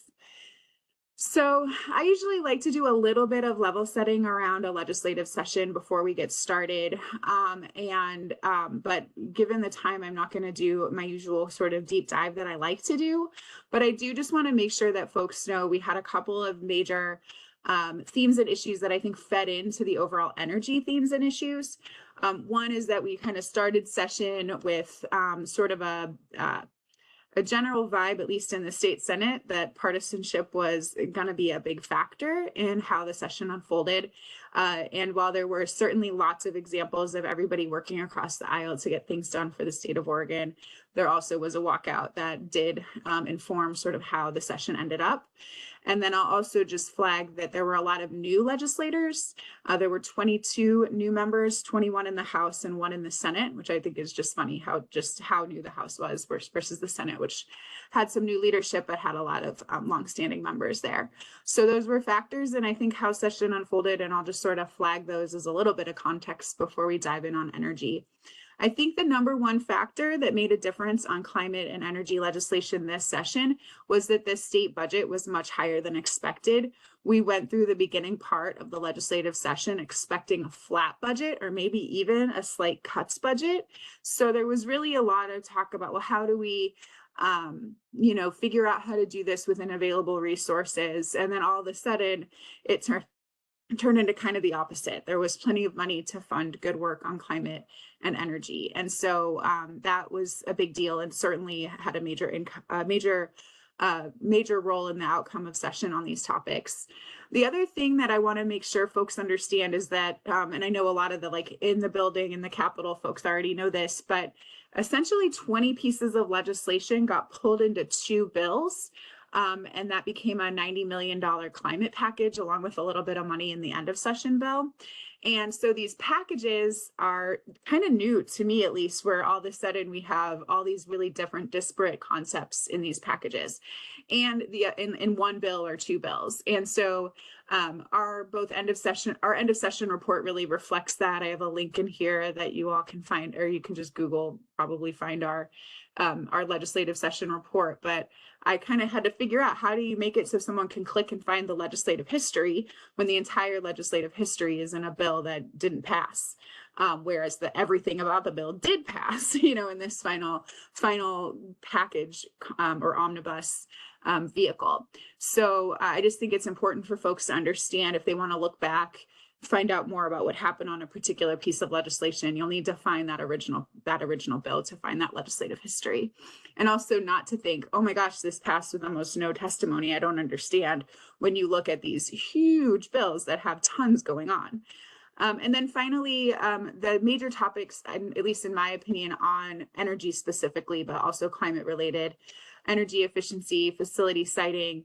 I think like, well, if you would have asked people, is planning a major topic, they might not have said so, but I actually think when you look at all that happened, a ton of it is around sort of planning, accountability, like how do we get ready for the clean energy transition, and then finally resilience. And on that, we can go ahead and turn the page. I'll go through what's in the climate package, and then I'm going to kind of go through by theme some of the different concepts that passed, and I'm going to just take a couple of bills to really dig in on that are not necessarily the ones related to the commission, because I know Zach's going to be talking about that quite a bit today. So I just popped together sort of a summary list. It does not include every piece of what was in the climate package. Most important to this group, of course, is that Global Warming Commission update and a new scope of work for the commission. And then finally, and then also the natural and climate solutions legislation that passed, and that has a major role for the new OCAC. And then we also have additional and frankly somewhat unexpected dollars. Like I said, the budget environment, we ended up with additional dollars for some of our existing energy incentive programs. That includes our solar rebate program at the Department of Energy. It also includes the Community Renewable Energy Grant Program. That was one where we passed it 2 years ago as a state. It had a $50 pot. And now that pot for the 4 years that it has been funded so far will be $70 million to support community-led clean energy and energy resilience projects. So that was a pretty cool result of that extra money or that unexpected money that was able to be spent this year on climate and energy. One thing I worked really hard on this session with a whole lot of other people is how we get the state ready for a bunch of new federal funding coming in. And I think some folks were focused on how do we like leverage that, or how do we sort of position the state on how we want to get that money spent. For me personally, it was like, how do we make sure we have the staff to adequately put together these really intense grants applications and make sure that we're connecting with Oregonians as we put those together, which is really hard to do when you don't have capacity. So there's specifically some dollars toward home energy efficiency programs and grid resilience programs. And then also, I'll just add quickly because the grant application materials came out, and now that's a big deal for me and our agency, but a workforce training or industry training program on home energy efficiency as well. The entire building efficiency package that came forward out of the Resilient Efficient Buildings Task Force that I know this group has thought a lot about and heard a lot about over the last couple of years, that all passed into law. The state energy strategy you just heard about, bill passed, then dollars for resilience hubs and resilience planning. And then you talked about the solar siting rulemaking at DLCD already today. And then finally, some fees to help with the community climate investment program at DEQ passed as part of the package. Like I said, not a holistic list. You're welcome to put in the chat something that you're like, how dare you have missed my thing? Harmful algae blooms, for example, has a study. I could go on, but this is a nice high level list. And then we can go on to sort of to the first theme I wanted to talk about. I've taken to calling energy efficiency a trifecta when it comes to climate change. It not only reduces emissions, but it also provides sort of resilience benefits. Like, for example, a heat pump can provide cooling as summers get hotter. And then it also can allow for lower rates. So really, it's a win-win. At the Department of Energy, we did a lot of work in the last biennial energy report, talking about how the energy efficiency can be such a boon for the state beyond just energy savings. And so it seems like the legislature agreed this session because this was sort of, I think, the hottest topic or biggest ticket package of legislation that passed in the bigger package with the climate package.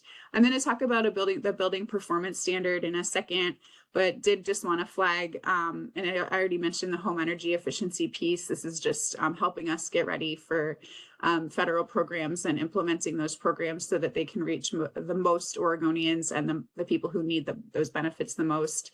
There's also a fair amount of direction to state agencies on how to both run their buildings but then also how to consider energy efficiency in applying for federal funds. And then finally, there's some energy code pieces that the building, I'm sorry, I'm having a moment, DCBS, Building Codes Division, will be working to implement just around making sure that we have the most energy efficient code that we can to make sure that that department is considering greenhouse gas emissions in their decision making. They have a robust advisory boards, so they have a whole process over there. So it's just making sure that those considerations are on the list for those advisory groups. And with that, we can go to the next slide. I feel like I'm talking to some people that know more about the building performance standard legislation than I do that are on the commission. So I totally welcome anybody to weigh in here. But to me, this was on paper the biggest program that passed into law this session for our agency. In the end, about I think 3 years from now, we'll have 7 staff. We'll have 6 staff by the end of the next 2-year budget cycle to run this program, to actually stand up this program.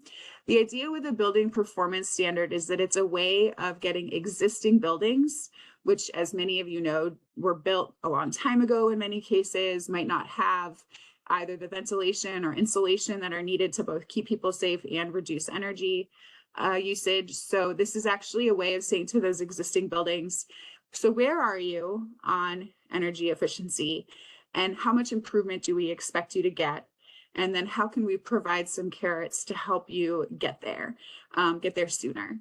So the idea with a standard is to really drive energy consumption down in the largest commercial buildings in the state, but doing so in a way that gives folks plenty of time to prepare and helps them take advantage of what tools are out there to make upfront investments. Energy efficiency is really interesting because in most cases it'll save money in the long run, but you have to spend money to get there. So how can we help make that happen for building owners throughout the state? One thing I'll say about this bill, that the 2 tiers model is really interesting. We actually are following a lot of other states and localities that are working on implementing building performance standards across the country right now. And the way that we're approaching it is with sort of a 2-tier approach, where the largest buildings are tier 1, the standard will apply to them. But concurrently to setting up the standard for those biggest buildings, we'll also be working with tier 2 building owners. As far as to you know, both nothing, figure out- no data pack got the same thing. Just Sorry. oh, really? Somebody must have gotten off mute. Yeah. Thank you. I can see who it is, and but it doesn't look like I can mute them. But anyway, so sorry. When I used to be a high school teacher, I often joke the reason I stopped is because I had a hard time talking when kids were talking as a teacher. So anyway, I get very distracted. But with tier 2, the idea is these are either smaller buildings or it includes some buildings where we want to give them more time to prepare, figure out kind of how to get there for multifamily residential, schools, dorms, universities, hospitals, for example.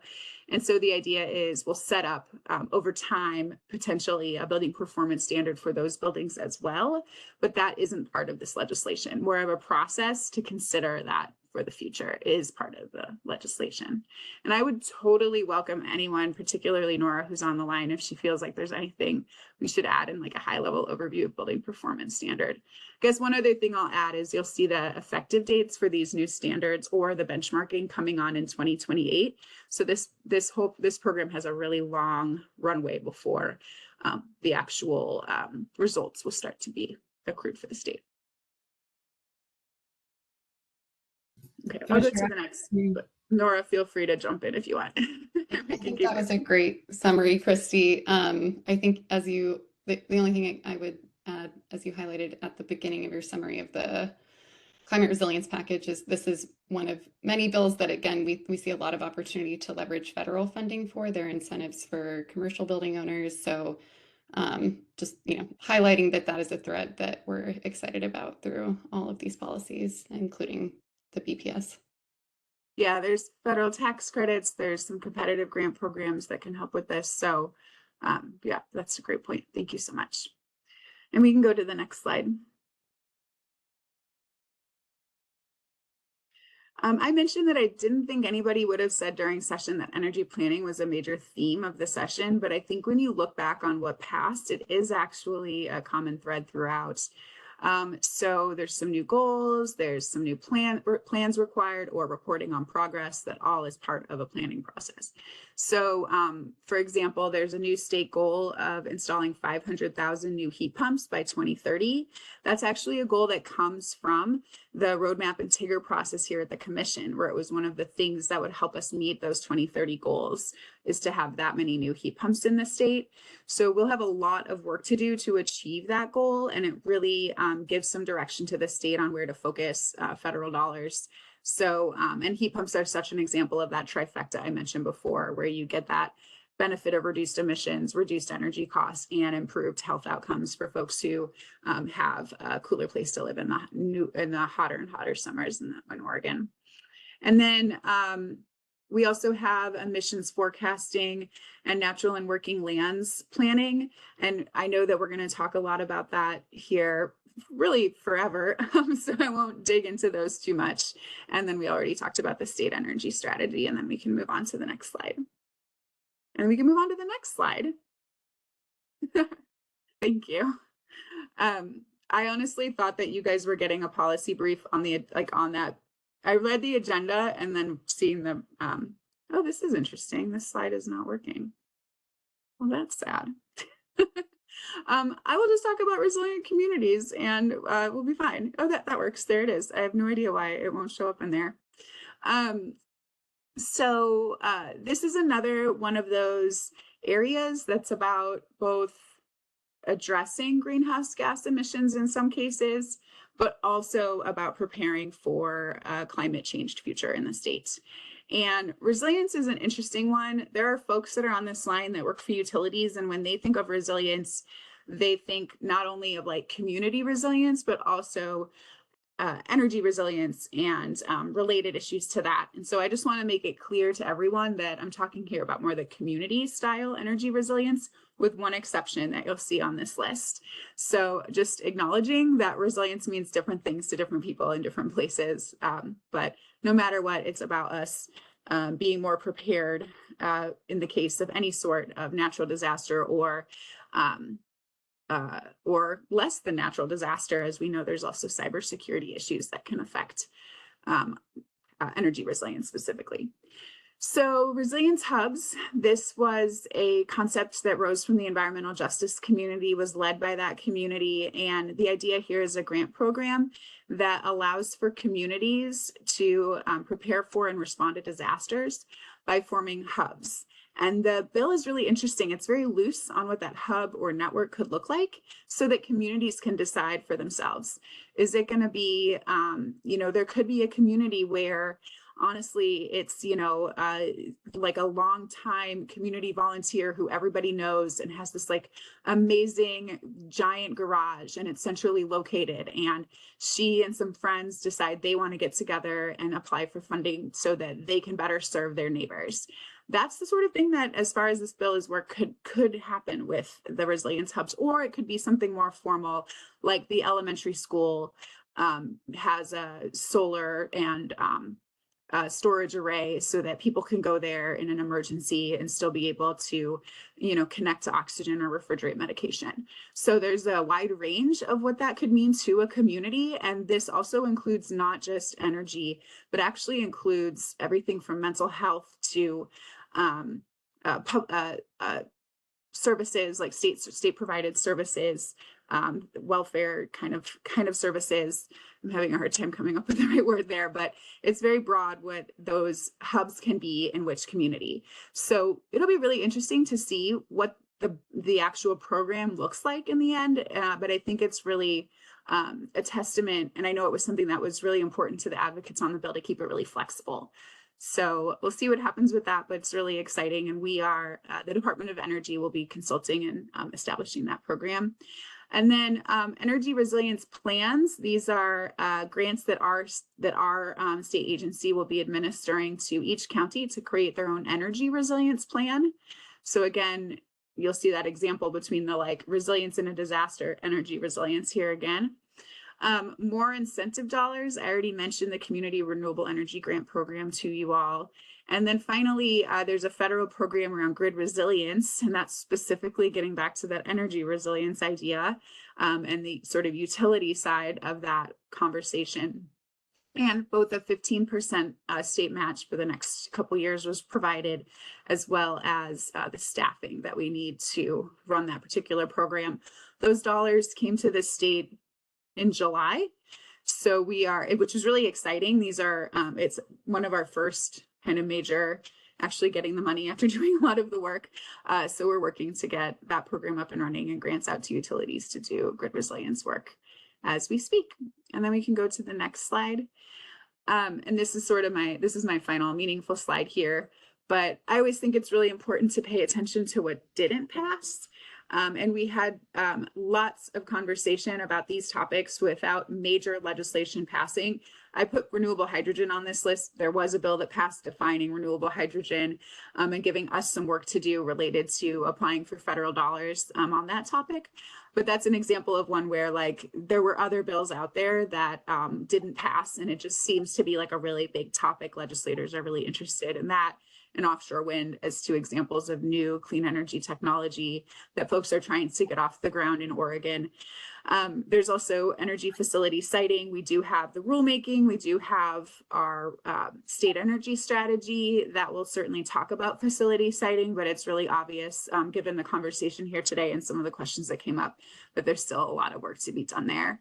Nuclear energy is one that has come up the last few sessions. There's an Oregon-based business doing small modular nuclear reactors, but they actually have to go out of state to site those facilities. So there's an interest in opening the state up to allow for those to be here in state. And there's been both hearings. There were a couple of days of hearings talking about this last session. And I assume those legislators that are most interested in that will continue to bring those bills forward. And then sourcing and recycling for renewable energy components is another one that keeps coming up. You know, what do we do with the wind turbines when they're no longer working? Can't leave them on the landscape. Where do they go? How can we make best use of them? What do we do about the fact that there's some harmful mining practices for some precious metals that power some of our clean technology? So those conversations will continue to happen, not just Oregon issues, but really international issues. And then finally, just lots of conversation about sort of like on either side of the coin on fossil fuel restrictions or protections. There were a few different pieces of legislation regarding how do we, you know, some stopping localities from passing their own restrictions on fossil fuels, some that would have gone to like the statewide level on that topic. So I just imagine that conversation, which has often been at the local level more vociferously, will continue to come up at the legislature. And again, opening the door at this point, we can go to my last slide so people can see my email address if they want it. But opening the door to hear from our legislators who are such an important part of this commission, and anyone else, because there are several people on the line that work really hard in the Capitol all session long, and happy to hear from you on what I might have missed in my quick summary that you want to make sure the commission knows about. Thank you, Christy. Senator Dembro, would you like to add anything? Sure, thank you. That was a great overview, Christy. And I will point out that ODO has a very comprehensive report on the legislation that passed. I think Christy referred to it. And just this morning, I saw it called out on a national email, you know, that went out to people who are working on climate issues. So kudos to you and everybody over there at ODO. It was, you know, it is, I think this turned out to be, as Christy suggested, a surprisingly positive session for the work of this commission. And we were able to move forward on some things that we've been talking about for quite some time. And, you know, I will say that a big part of the reason that we were able to make progress this session was that so much work had been done in this commission, the task force on the resilient buildings. You know, sometimes task forces and work groups get a bum rap, you know, as, well, instead of solving a problem, you set up a task force and kick the can down the road.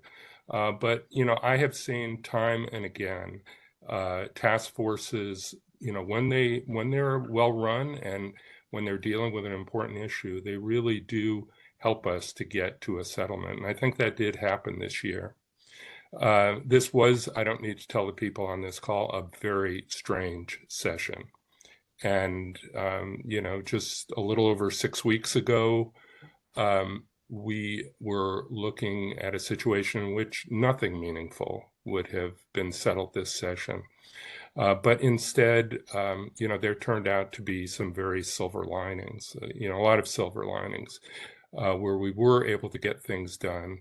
As Christy mentioned, to some extent, the walkout and the need to prepare for when the walkout ended and where we would be on a very short timeline to get bills passed kind of compelled us to put these packages together. And there were actually three. I think two of them, Christy mentioned the broad climate one, 3409, the energy one, which was mainly related to the, to the energy plan and helping local governments do their planning. That was a separate bill, 3630. But there was also a big water and drought package, House Bill 2010, that allowed us to put together a lot of the work that had happened this session. The way that it turned out, I think this was although perhaps it was provoked by the exigencies of the walkout, I think at the end of the day, it was the right way to do things. Because people from both chambers, both parties got together and looked at all the bills that had moved from their policy committees to Ways and Means, which ordinarily would have been looked at sort of one at a time without really looking at the big picture and the amount of funds that were available, and to prioritize. There were a number of bills that were in Ways and Means that did not make it into the package. So some tough choices needed to be made still. But, I think that was the right way to do it. And I really would like to see us, continue doing things that way. This, as I think many of you know, was my own personal last long session. I'm not running for re-election again. And so it was really important for me to make sure that, before I leave, I'm putting a lot of work on the shoulders of Kathy and Zach and everyone else in terms of moving forward and, getting some stable funding support for the commission and moving forward on natural climate solutions, these things that we've been working on. And, I would say that what much of what we accomplished is actually just starting work and handing off work, to the commission and staff to do work that's going to take the next few years, at least. As, Christy said, the resilient building work is, there's a long rollout of that. I think that's true for a number of the pieces here. I do want to say that, we were able to get to a good place on Senate Bill 1530, on House Bill 1522. 1530 was the Natural Climate Solutions Bill. 1522, the Global Warming Commission Modernization Bill. And that was due to just a lot of great partnership with people who are on this call. I can't say enough for Kathy, Nora, and, many other people. These were controversial issues, and finding a place where we could get industry comfortable with these proposals and, broad ultimately bipartisan support for those proposals, took a lot of flexibility, compromise, while still prioritizing what was most important. And we were able to do that. And, I'm proud to say that House Bill 3409 ultimately did get bipartisan support, and, including from Senator Findley, who used to be a member of this commission, which was really good. I do want to call out the governor's office for being really helpful in coordinating work among the agencies, in clarifying what their needs would be under this legislation. They were very active and very helpful.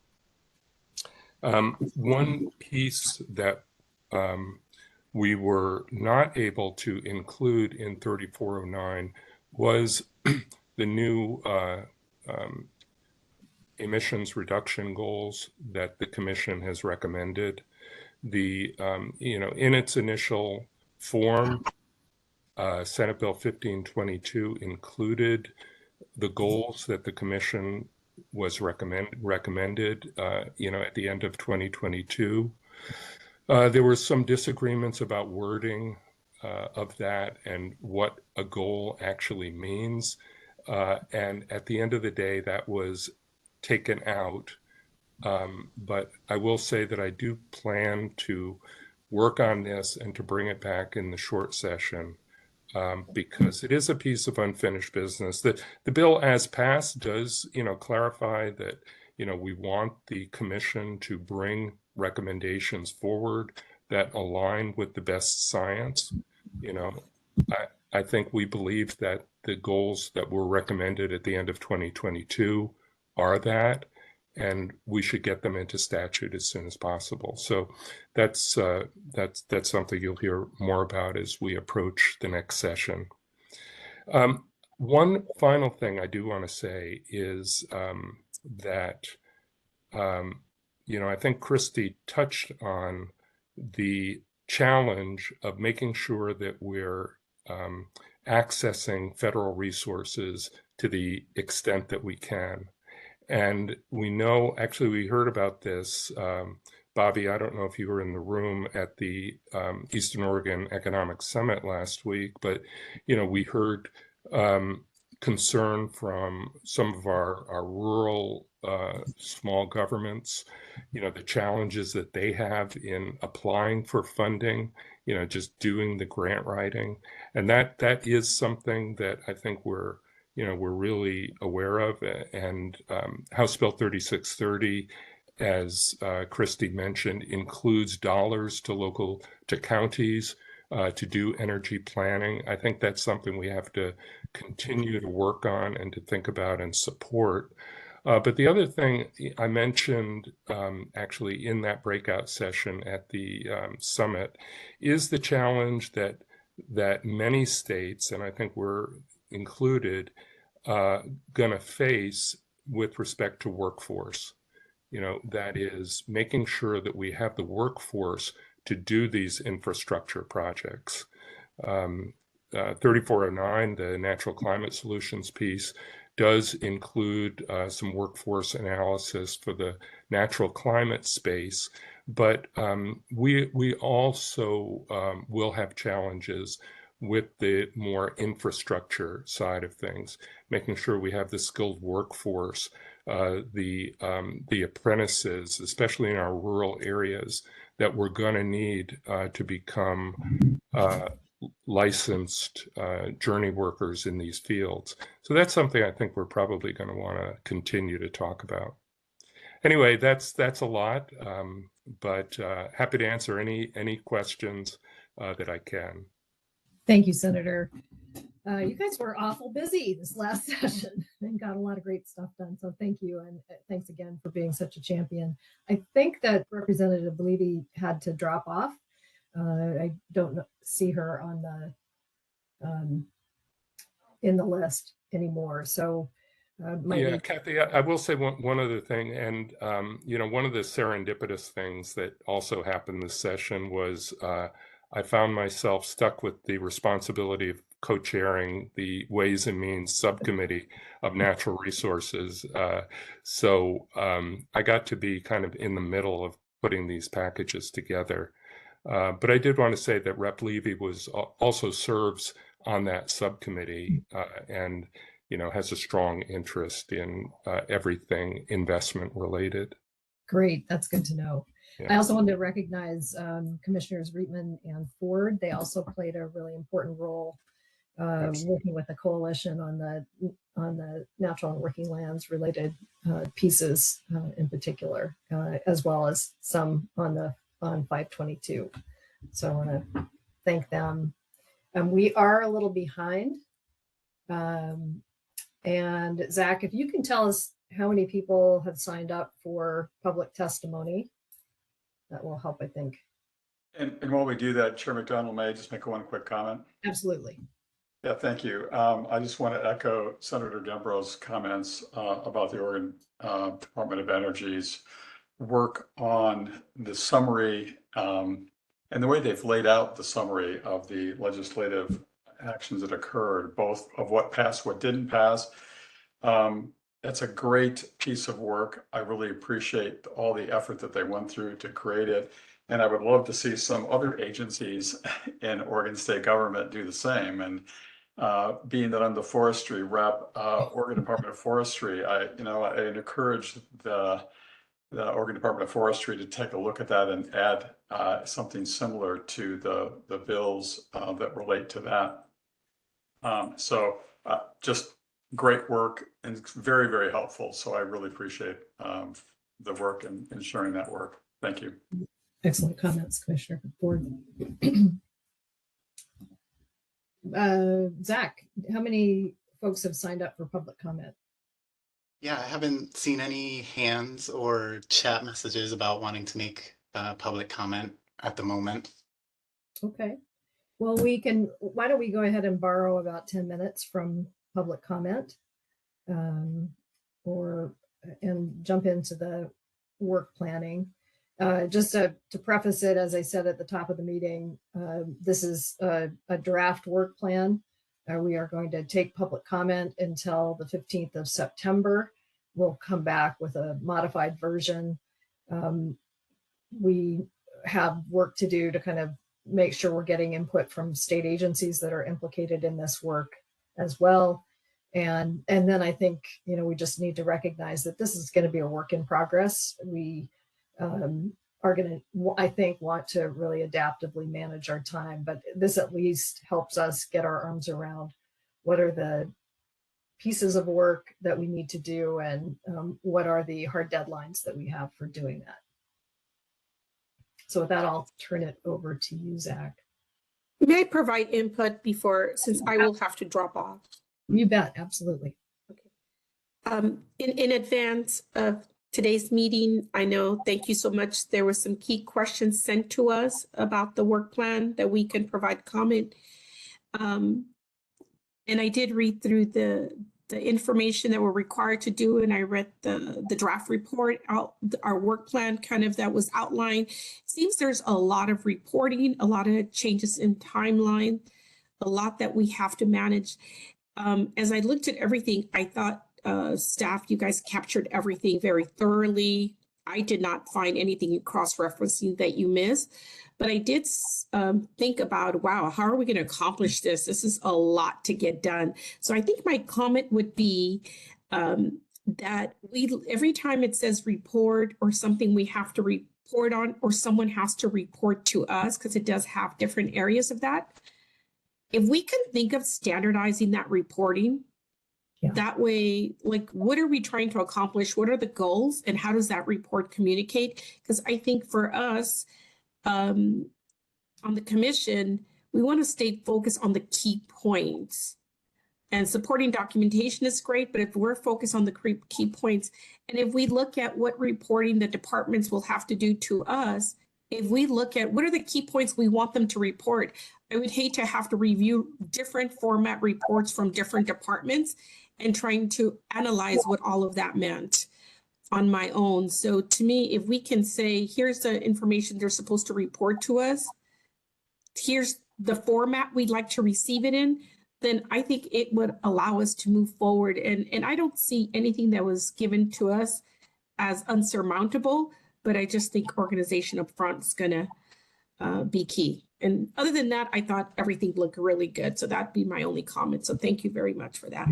Thank you, Commissioner Jackson. It's a really good point. And I think not only would it be easier if we had them all kind of in the same format, but also being really targeted, to your point, on what do we need to know so that not just our commission, but all the agencies are able to spend as much bandwidth as they can doing rather than reporting, I think will be important. So really Yeah, and focusing on accomplishing the goals. I mean, I think that's where we all want. So I thought that would be key to really understanding how we're progressing forward on that. And then of course, it'll make our job easy to report out after that. So just trying to make it as seamless as possible, but definitely excited about all the new responsibilities. And I will drop off at 11:30, but I will go back and watch the video to make sure if I missed anything.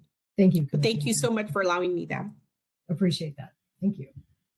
With that, I will turn it back to Zach. Awesome. Thanks, Chair McDonald, and thanks, Commissioner Jackson, for those comments. Thanks for jumping in at the start. This was the whole point of us putting together this draft, was to start the conversation with the commission about how to move forward with the work plan.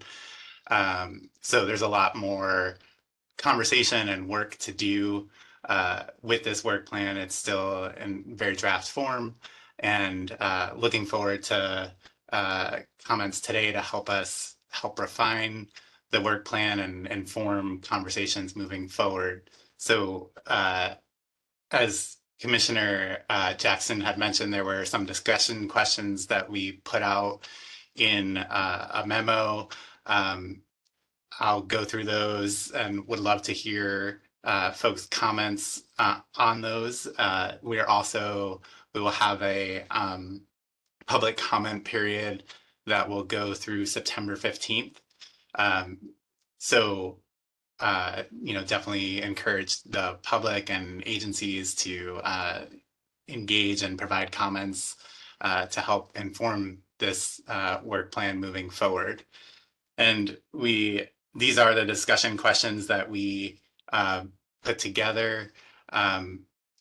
I'll come back to those at the end as I go through. I definitely want to move through this quickly so that we can hear from commissioners with input. And so wanted to just start, as I said, this is a draft for comment and accepting comments through September 15th.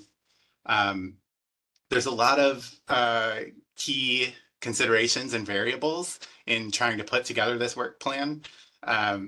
Maybe the biggest one is the staffing, both our existing staff capacity and timing of new hires. And when I say OCAC staffing, OCAC staffing, I'm talking about the Oregon Department of Energy's staffing to help support the commission's work. There's a lot that is not under the control of ODO in terms of we have to work with Department of Administrative Services to get approval for hiring the staff, and there's different timelines and the like. So that's one key variable in trying to get staff on board and the timing of the new hires to be able to move forward with the work.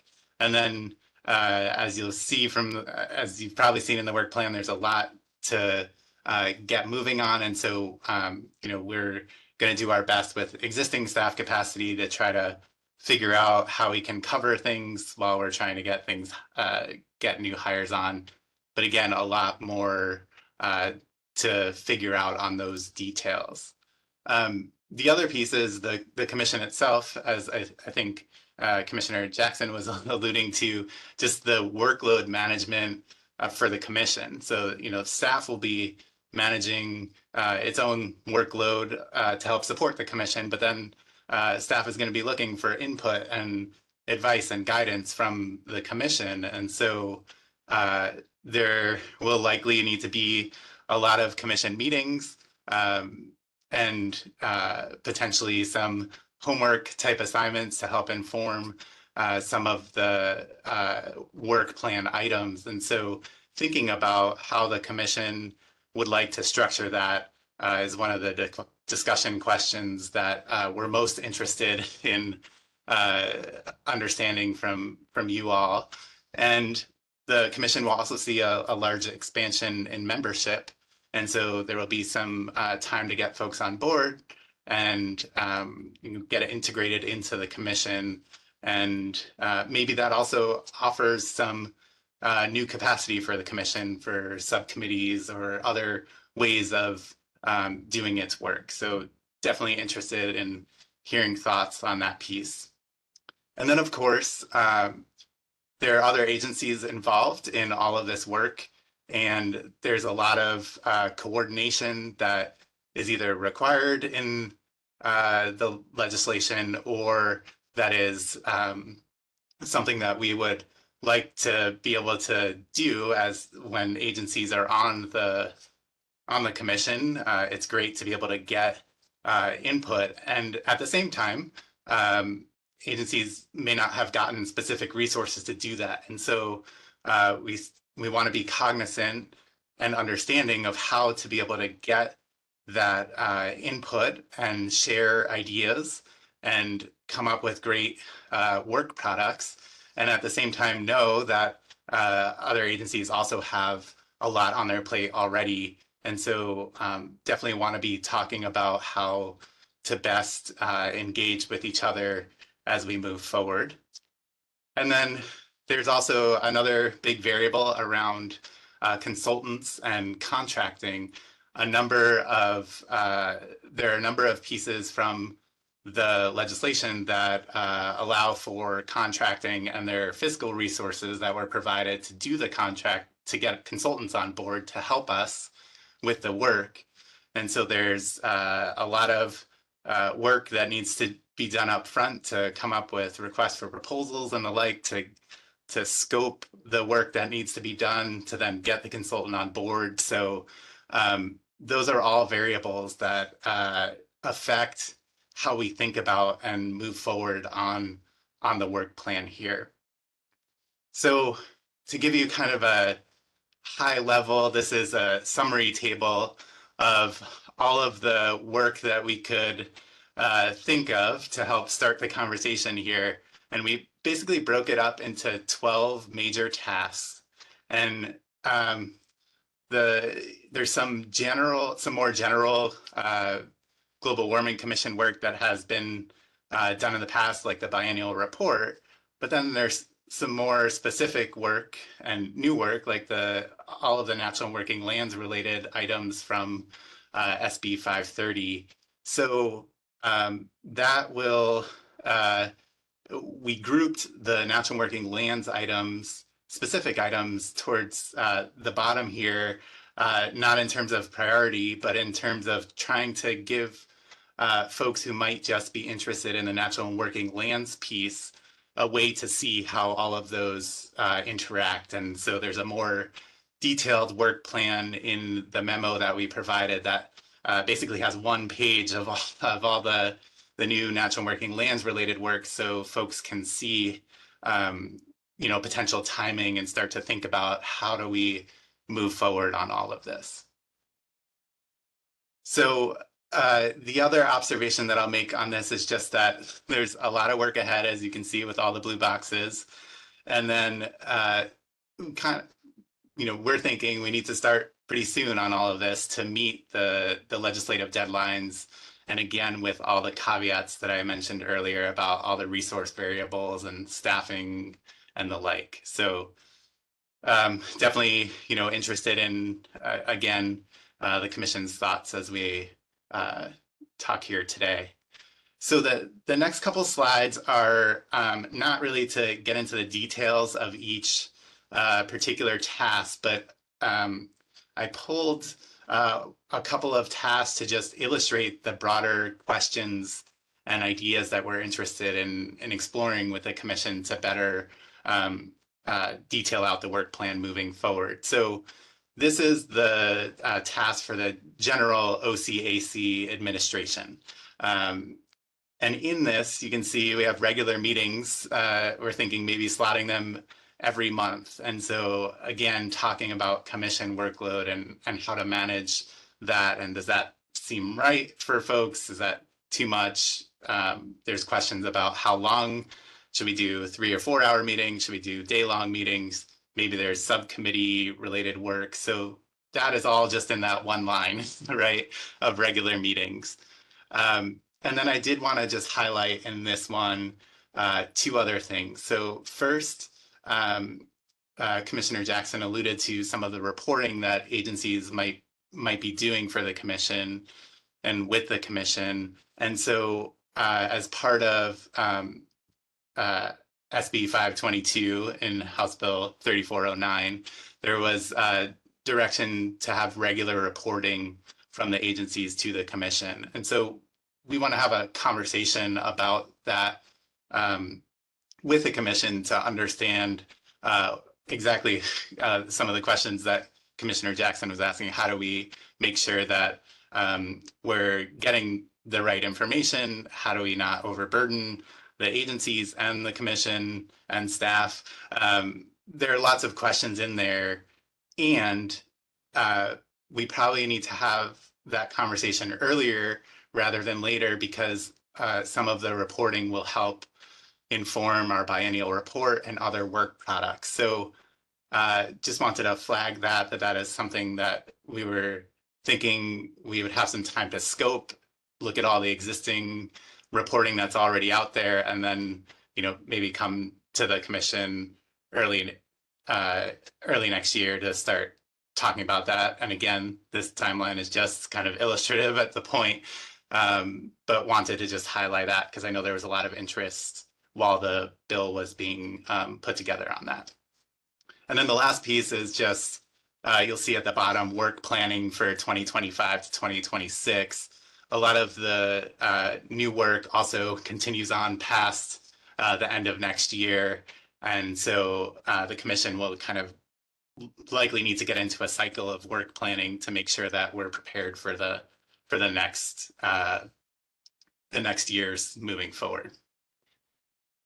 So then I've talked a little bit about the timing considerations prior, but just pulled this particular one on the Natural and Working Lands Fund allocation and reporting to highlight a couple more things. So in addition to what we've already talked about with staffing and the timing questions there, there's, for this one, you can see there are multiple report deliverables. Those are the asterisks in the table there. And so if you try to work backwards from those dates, those reports focus on reporting on what projects were funded. And so it would seem like we would need to be able to have funding, you know, determine funding allocations, give the agencies time to be able to start funding the projects, and then give some agencies some time to be able to report on the projects so that we can then wrap that up and put that into a report and get it to the legislature at that time. So you can kind of see the stair-stepping of work that needs to happen to be able to deliver those reports in this particular task. And I wanted to point out there is some authority in the legislation to potentially do rulemaking around the Natural and Working Lands Fund. And so if the commission were to want to move forward with rulemaking on that, that would probably change the timeline here. And so starting to scope whether rulemaking is needed is probably something we would want to do upfront to be able to then further determine the timeline. And then there are allocations that, determinations of allocations, you know, the commission could consider maybe waiting a little bit on the allocations or doing them, you know, quickly up front. There's lots of variables that that the commission can consider in putting together this particular task. So this next one also continues the timing considerations, and I talked a little bit about this. In this one, this is for the National Working Lands Inventory. Like a number of other tasks, the thought would be that there would be a consultant to help with this. And you can see from this particular work plan task that there are multiple steps for getting that consultant on board. And so, you know, just in this illustrative scenario, you would see it would maybe take 5 or 6 months to be able to actually get the contractor on board. You know, that's just from this particular way we did it. But the point being that there are a number of steps that have to happen. And so we got to build that in and think about making sure that we get the consultant on board in time to then be able to deliver the work product. One other layer on the timing considerations, separate from the National Working Lands Inventory, there are things that in the work plan that need to happen before other pieces of the work plan can happen, or to inform other pieces of the work plan. So for example, the forecast of emissions that the commission will be doing would help inform the biennial report that we provide to the legislatures, to be able to say, here's the progress we're making or not on in terms of how to move forward on meeting our climate goals. So again, lots of timing considerations to be thinking about as you're thinking about how to help inform us to help refine this work plan moving forward. And then the last thing I want to kind of raise here, using the Climate Pollution Reduction Grant, which is a federal grant that the state got, and DEQ is leading with support from ODO, is this idea of leveraging and coordinating efforts. So there might be ways for us to work together on some of the tasks within the work plan to maybe make sure that we maybe leverage consultants across the different work. There's some general, for example, so with the Climate Pollution Reduction Grant, there may be opportunities for doing a forecast of emissions, and we're also doing a forecast of emissions for the Global Warming Commission. There's policy gap analysis that might be related to that the Climate Pollution Reduction Grant work is slated to do, that we may also want as the commission to be working within the biennial report to be able to point out some of the gaps. There's deliverable for the Climate Pollution Reduction Grant around the Natural and Working Lands Inventory, which we just talked about is also a separate deliverable from the legislature.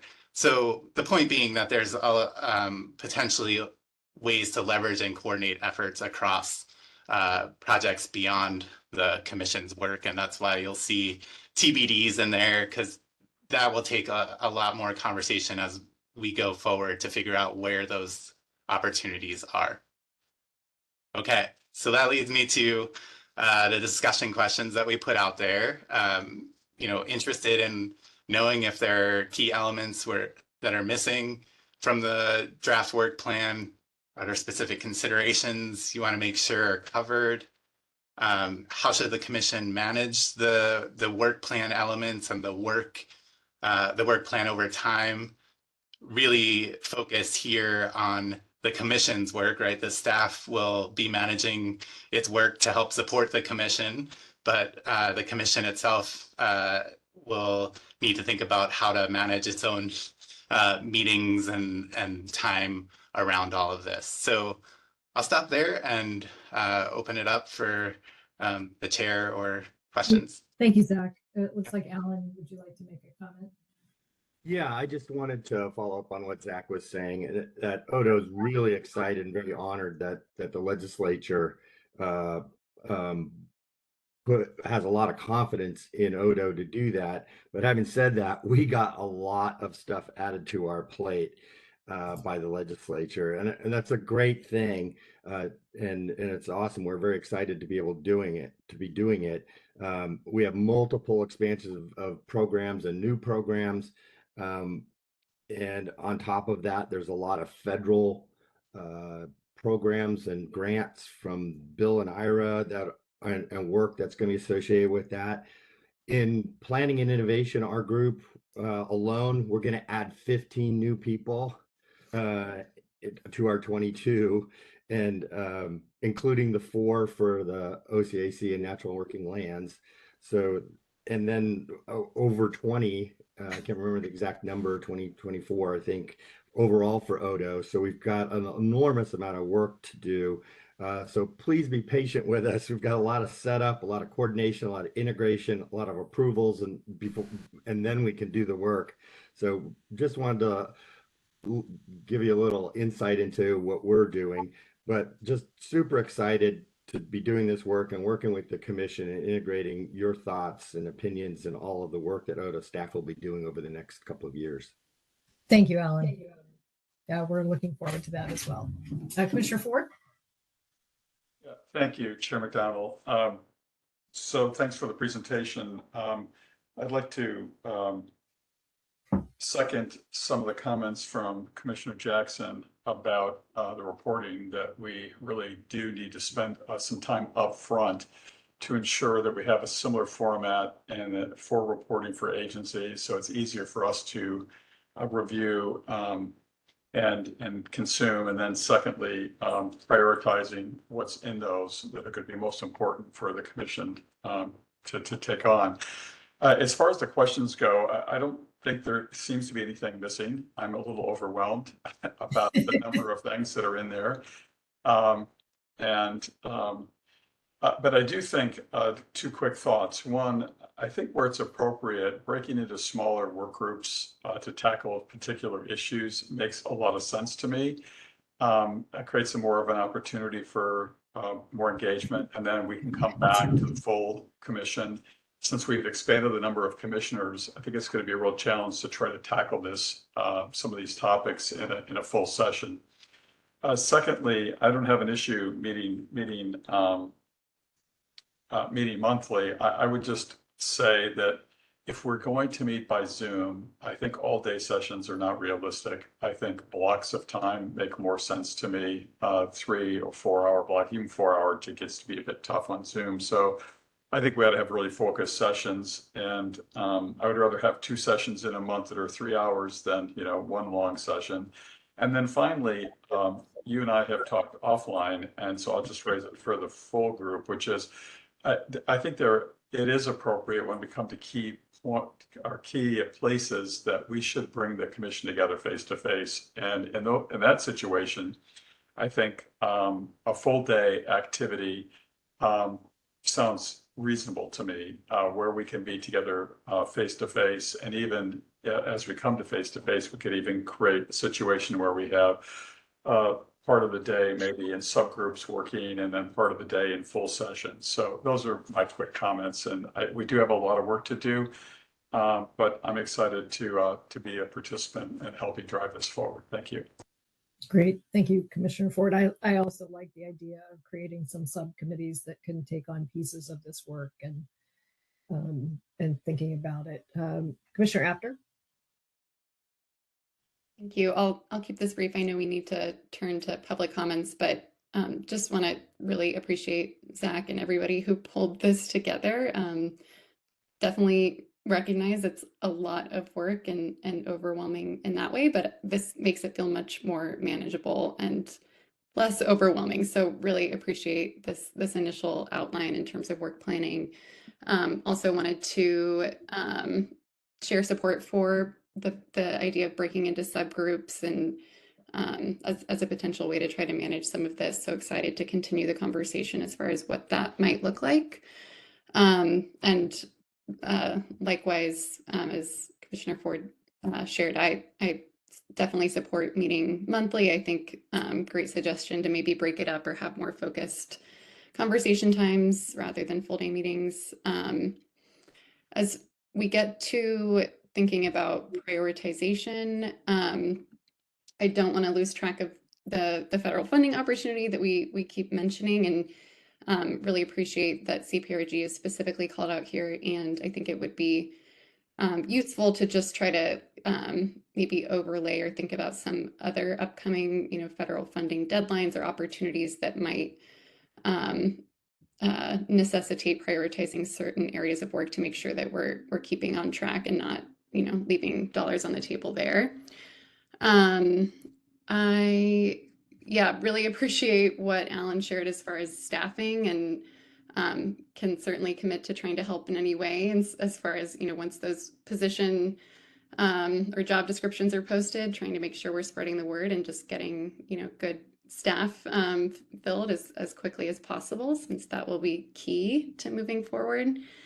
And then the other thing I would just call out, I appreciate that the consultation with federally recognized tribes is included as part of the Natural and Working Lands Committee work, but in future conversations would like to dig in more in terms of how that can be maybe more fully integrated into these other activities. And yeah, happy to chat more offline, but wanted to call that out. Thank you, Commissioner Apter. I think it's a really good point.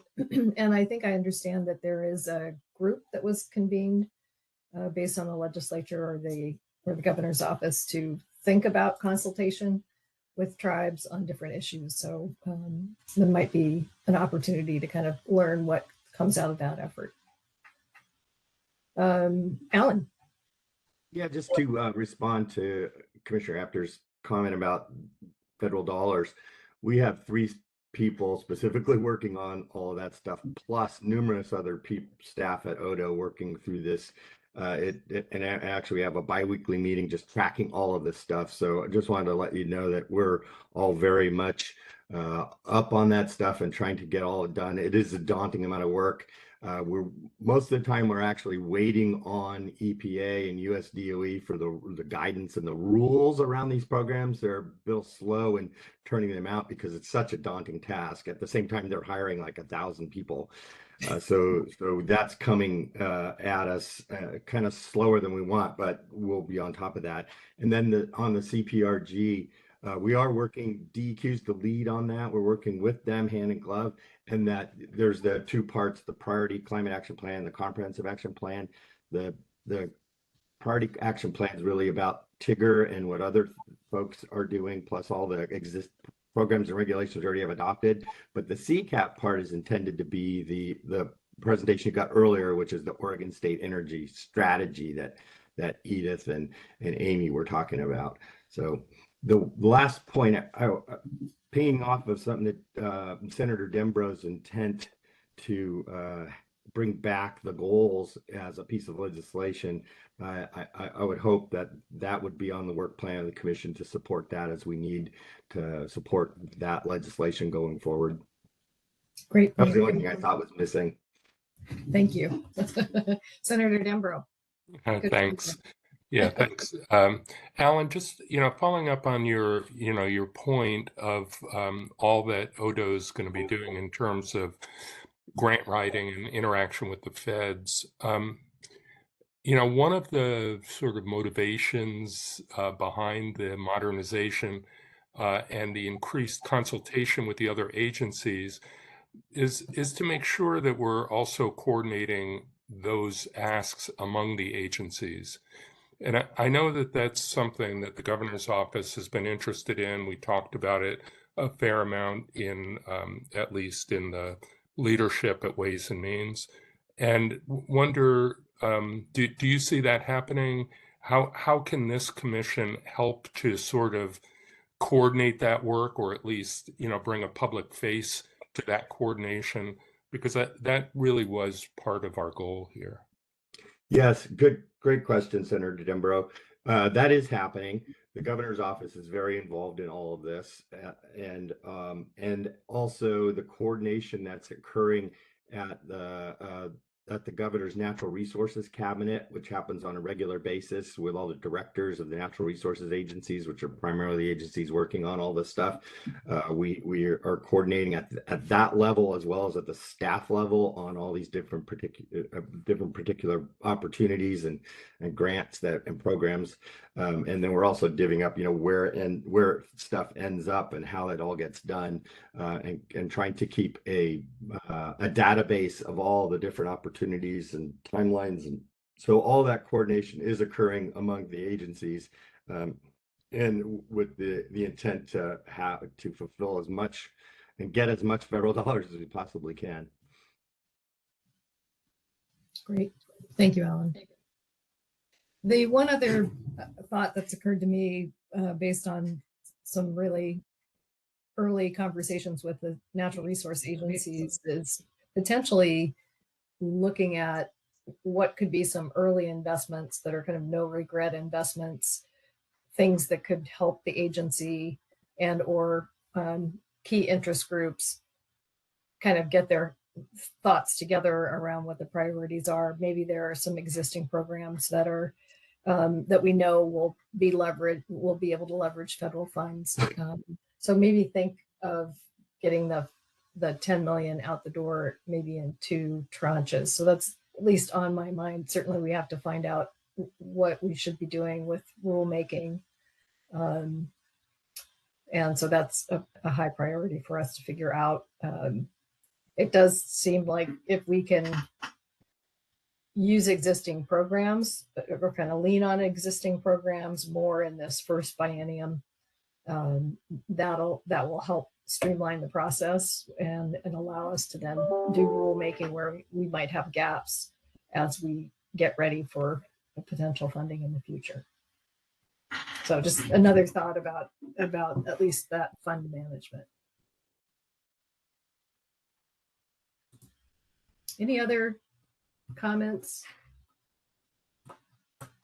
Welcome back, Representative Levy. I'm glad you could come back.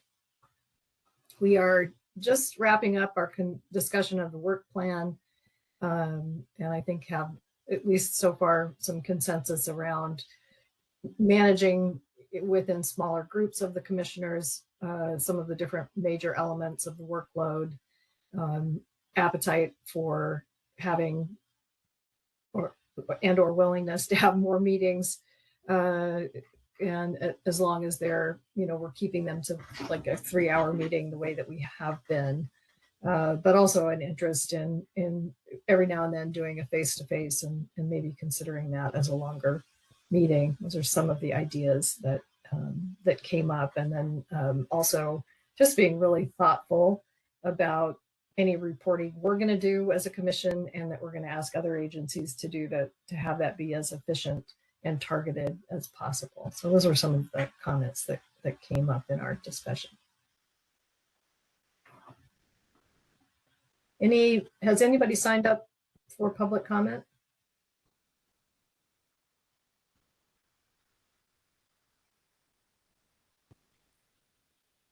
I haven't seen any. I'm gonna double check the chat.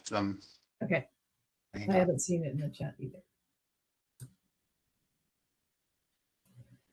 Any last comments on the work plan and how we should be approaching this?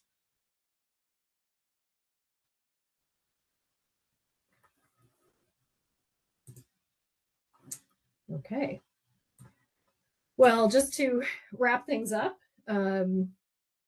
we are anticipating another meeting in late September, early October.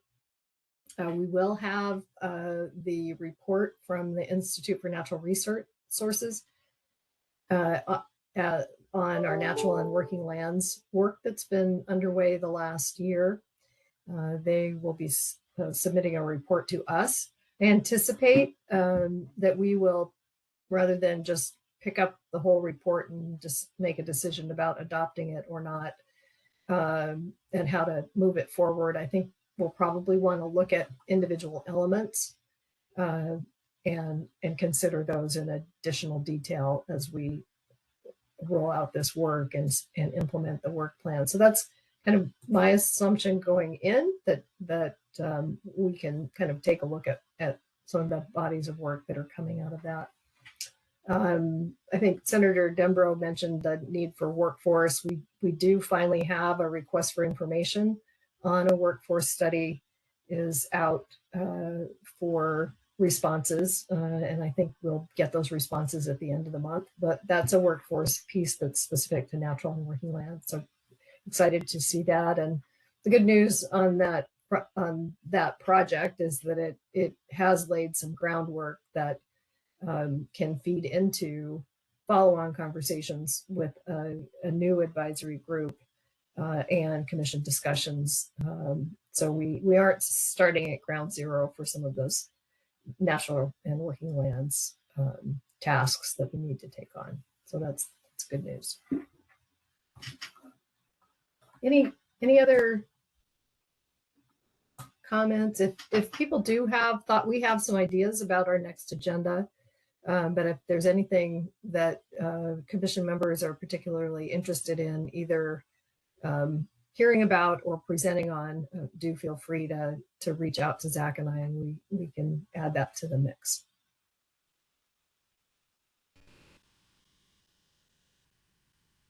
If you're a voting member and you haven't had a chance to meet with Abby yet to fill out the I-9, if you could prioritize helping her with that. She's, as I mentioned, doing great service, going door to door for us. And so the Department of Energy is trying to make that as easy as possible for all the commission members, but it's hard in August to get to schedule things. So just recognize that can be a challenge. Final comments? Not seeing any. I will close the August 11th meeting of the Oregon Global Warming Commission. And thanks to everyone that participated from the public and to the commission members. Thanks to staff from the agency.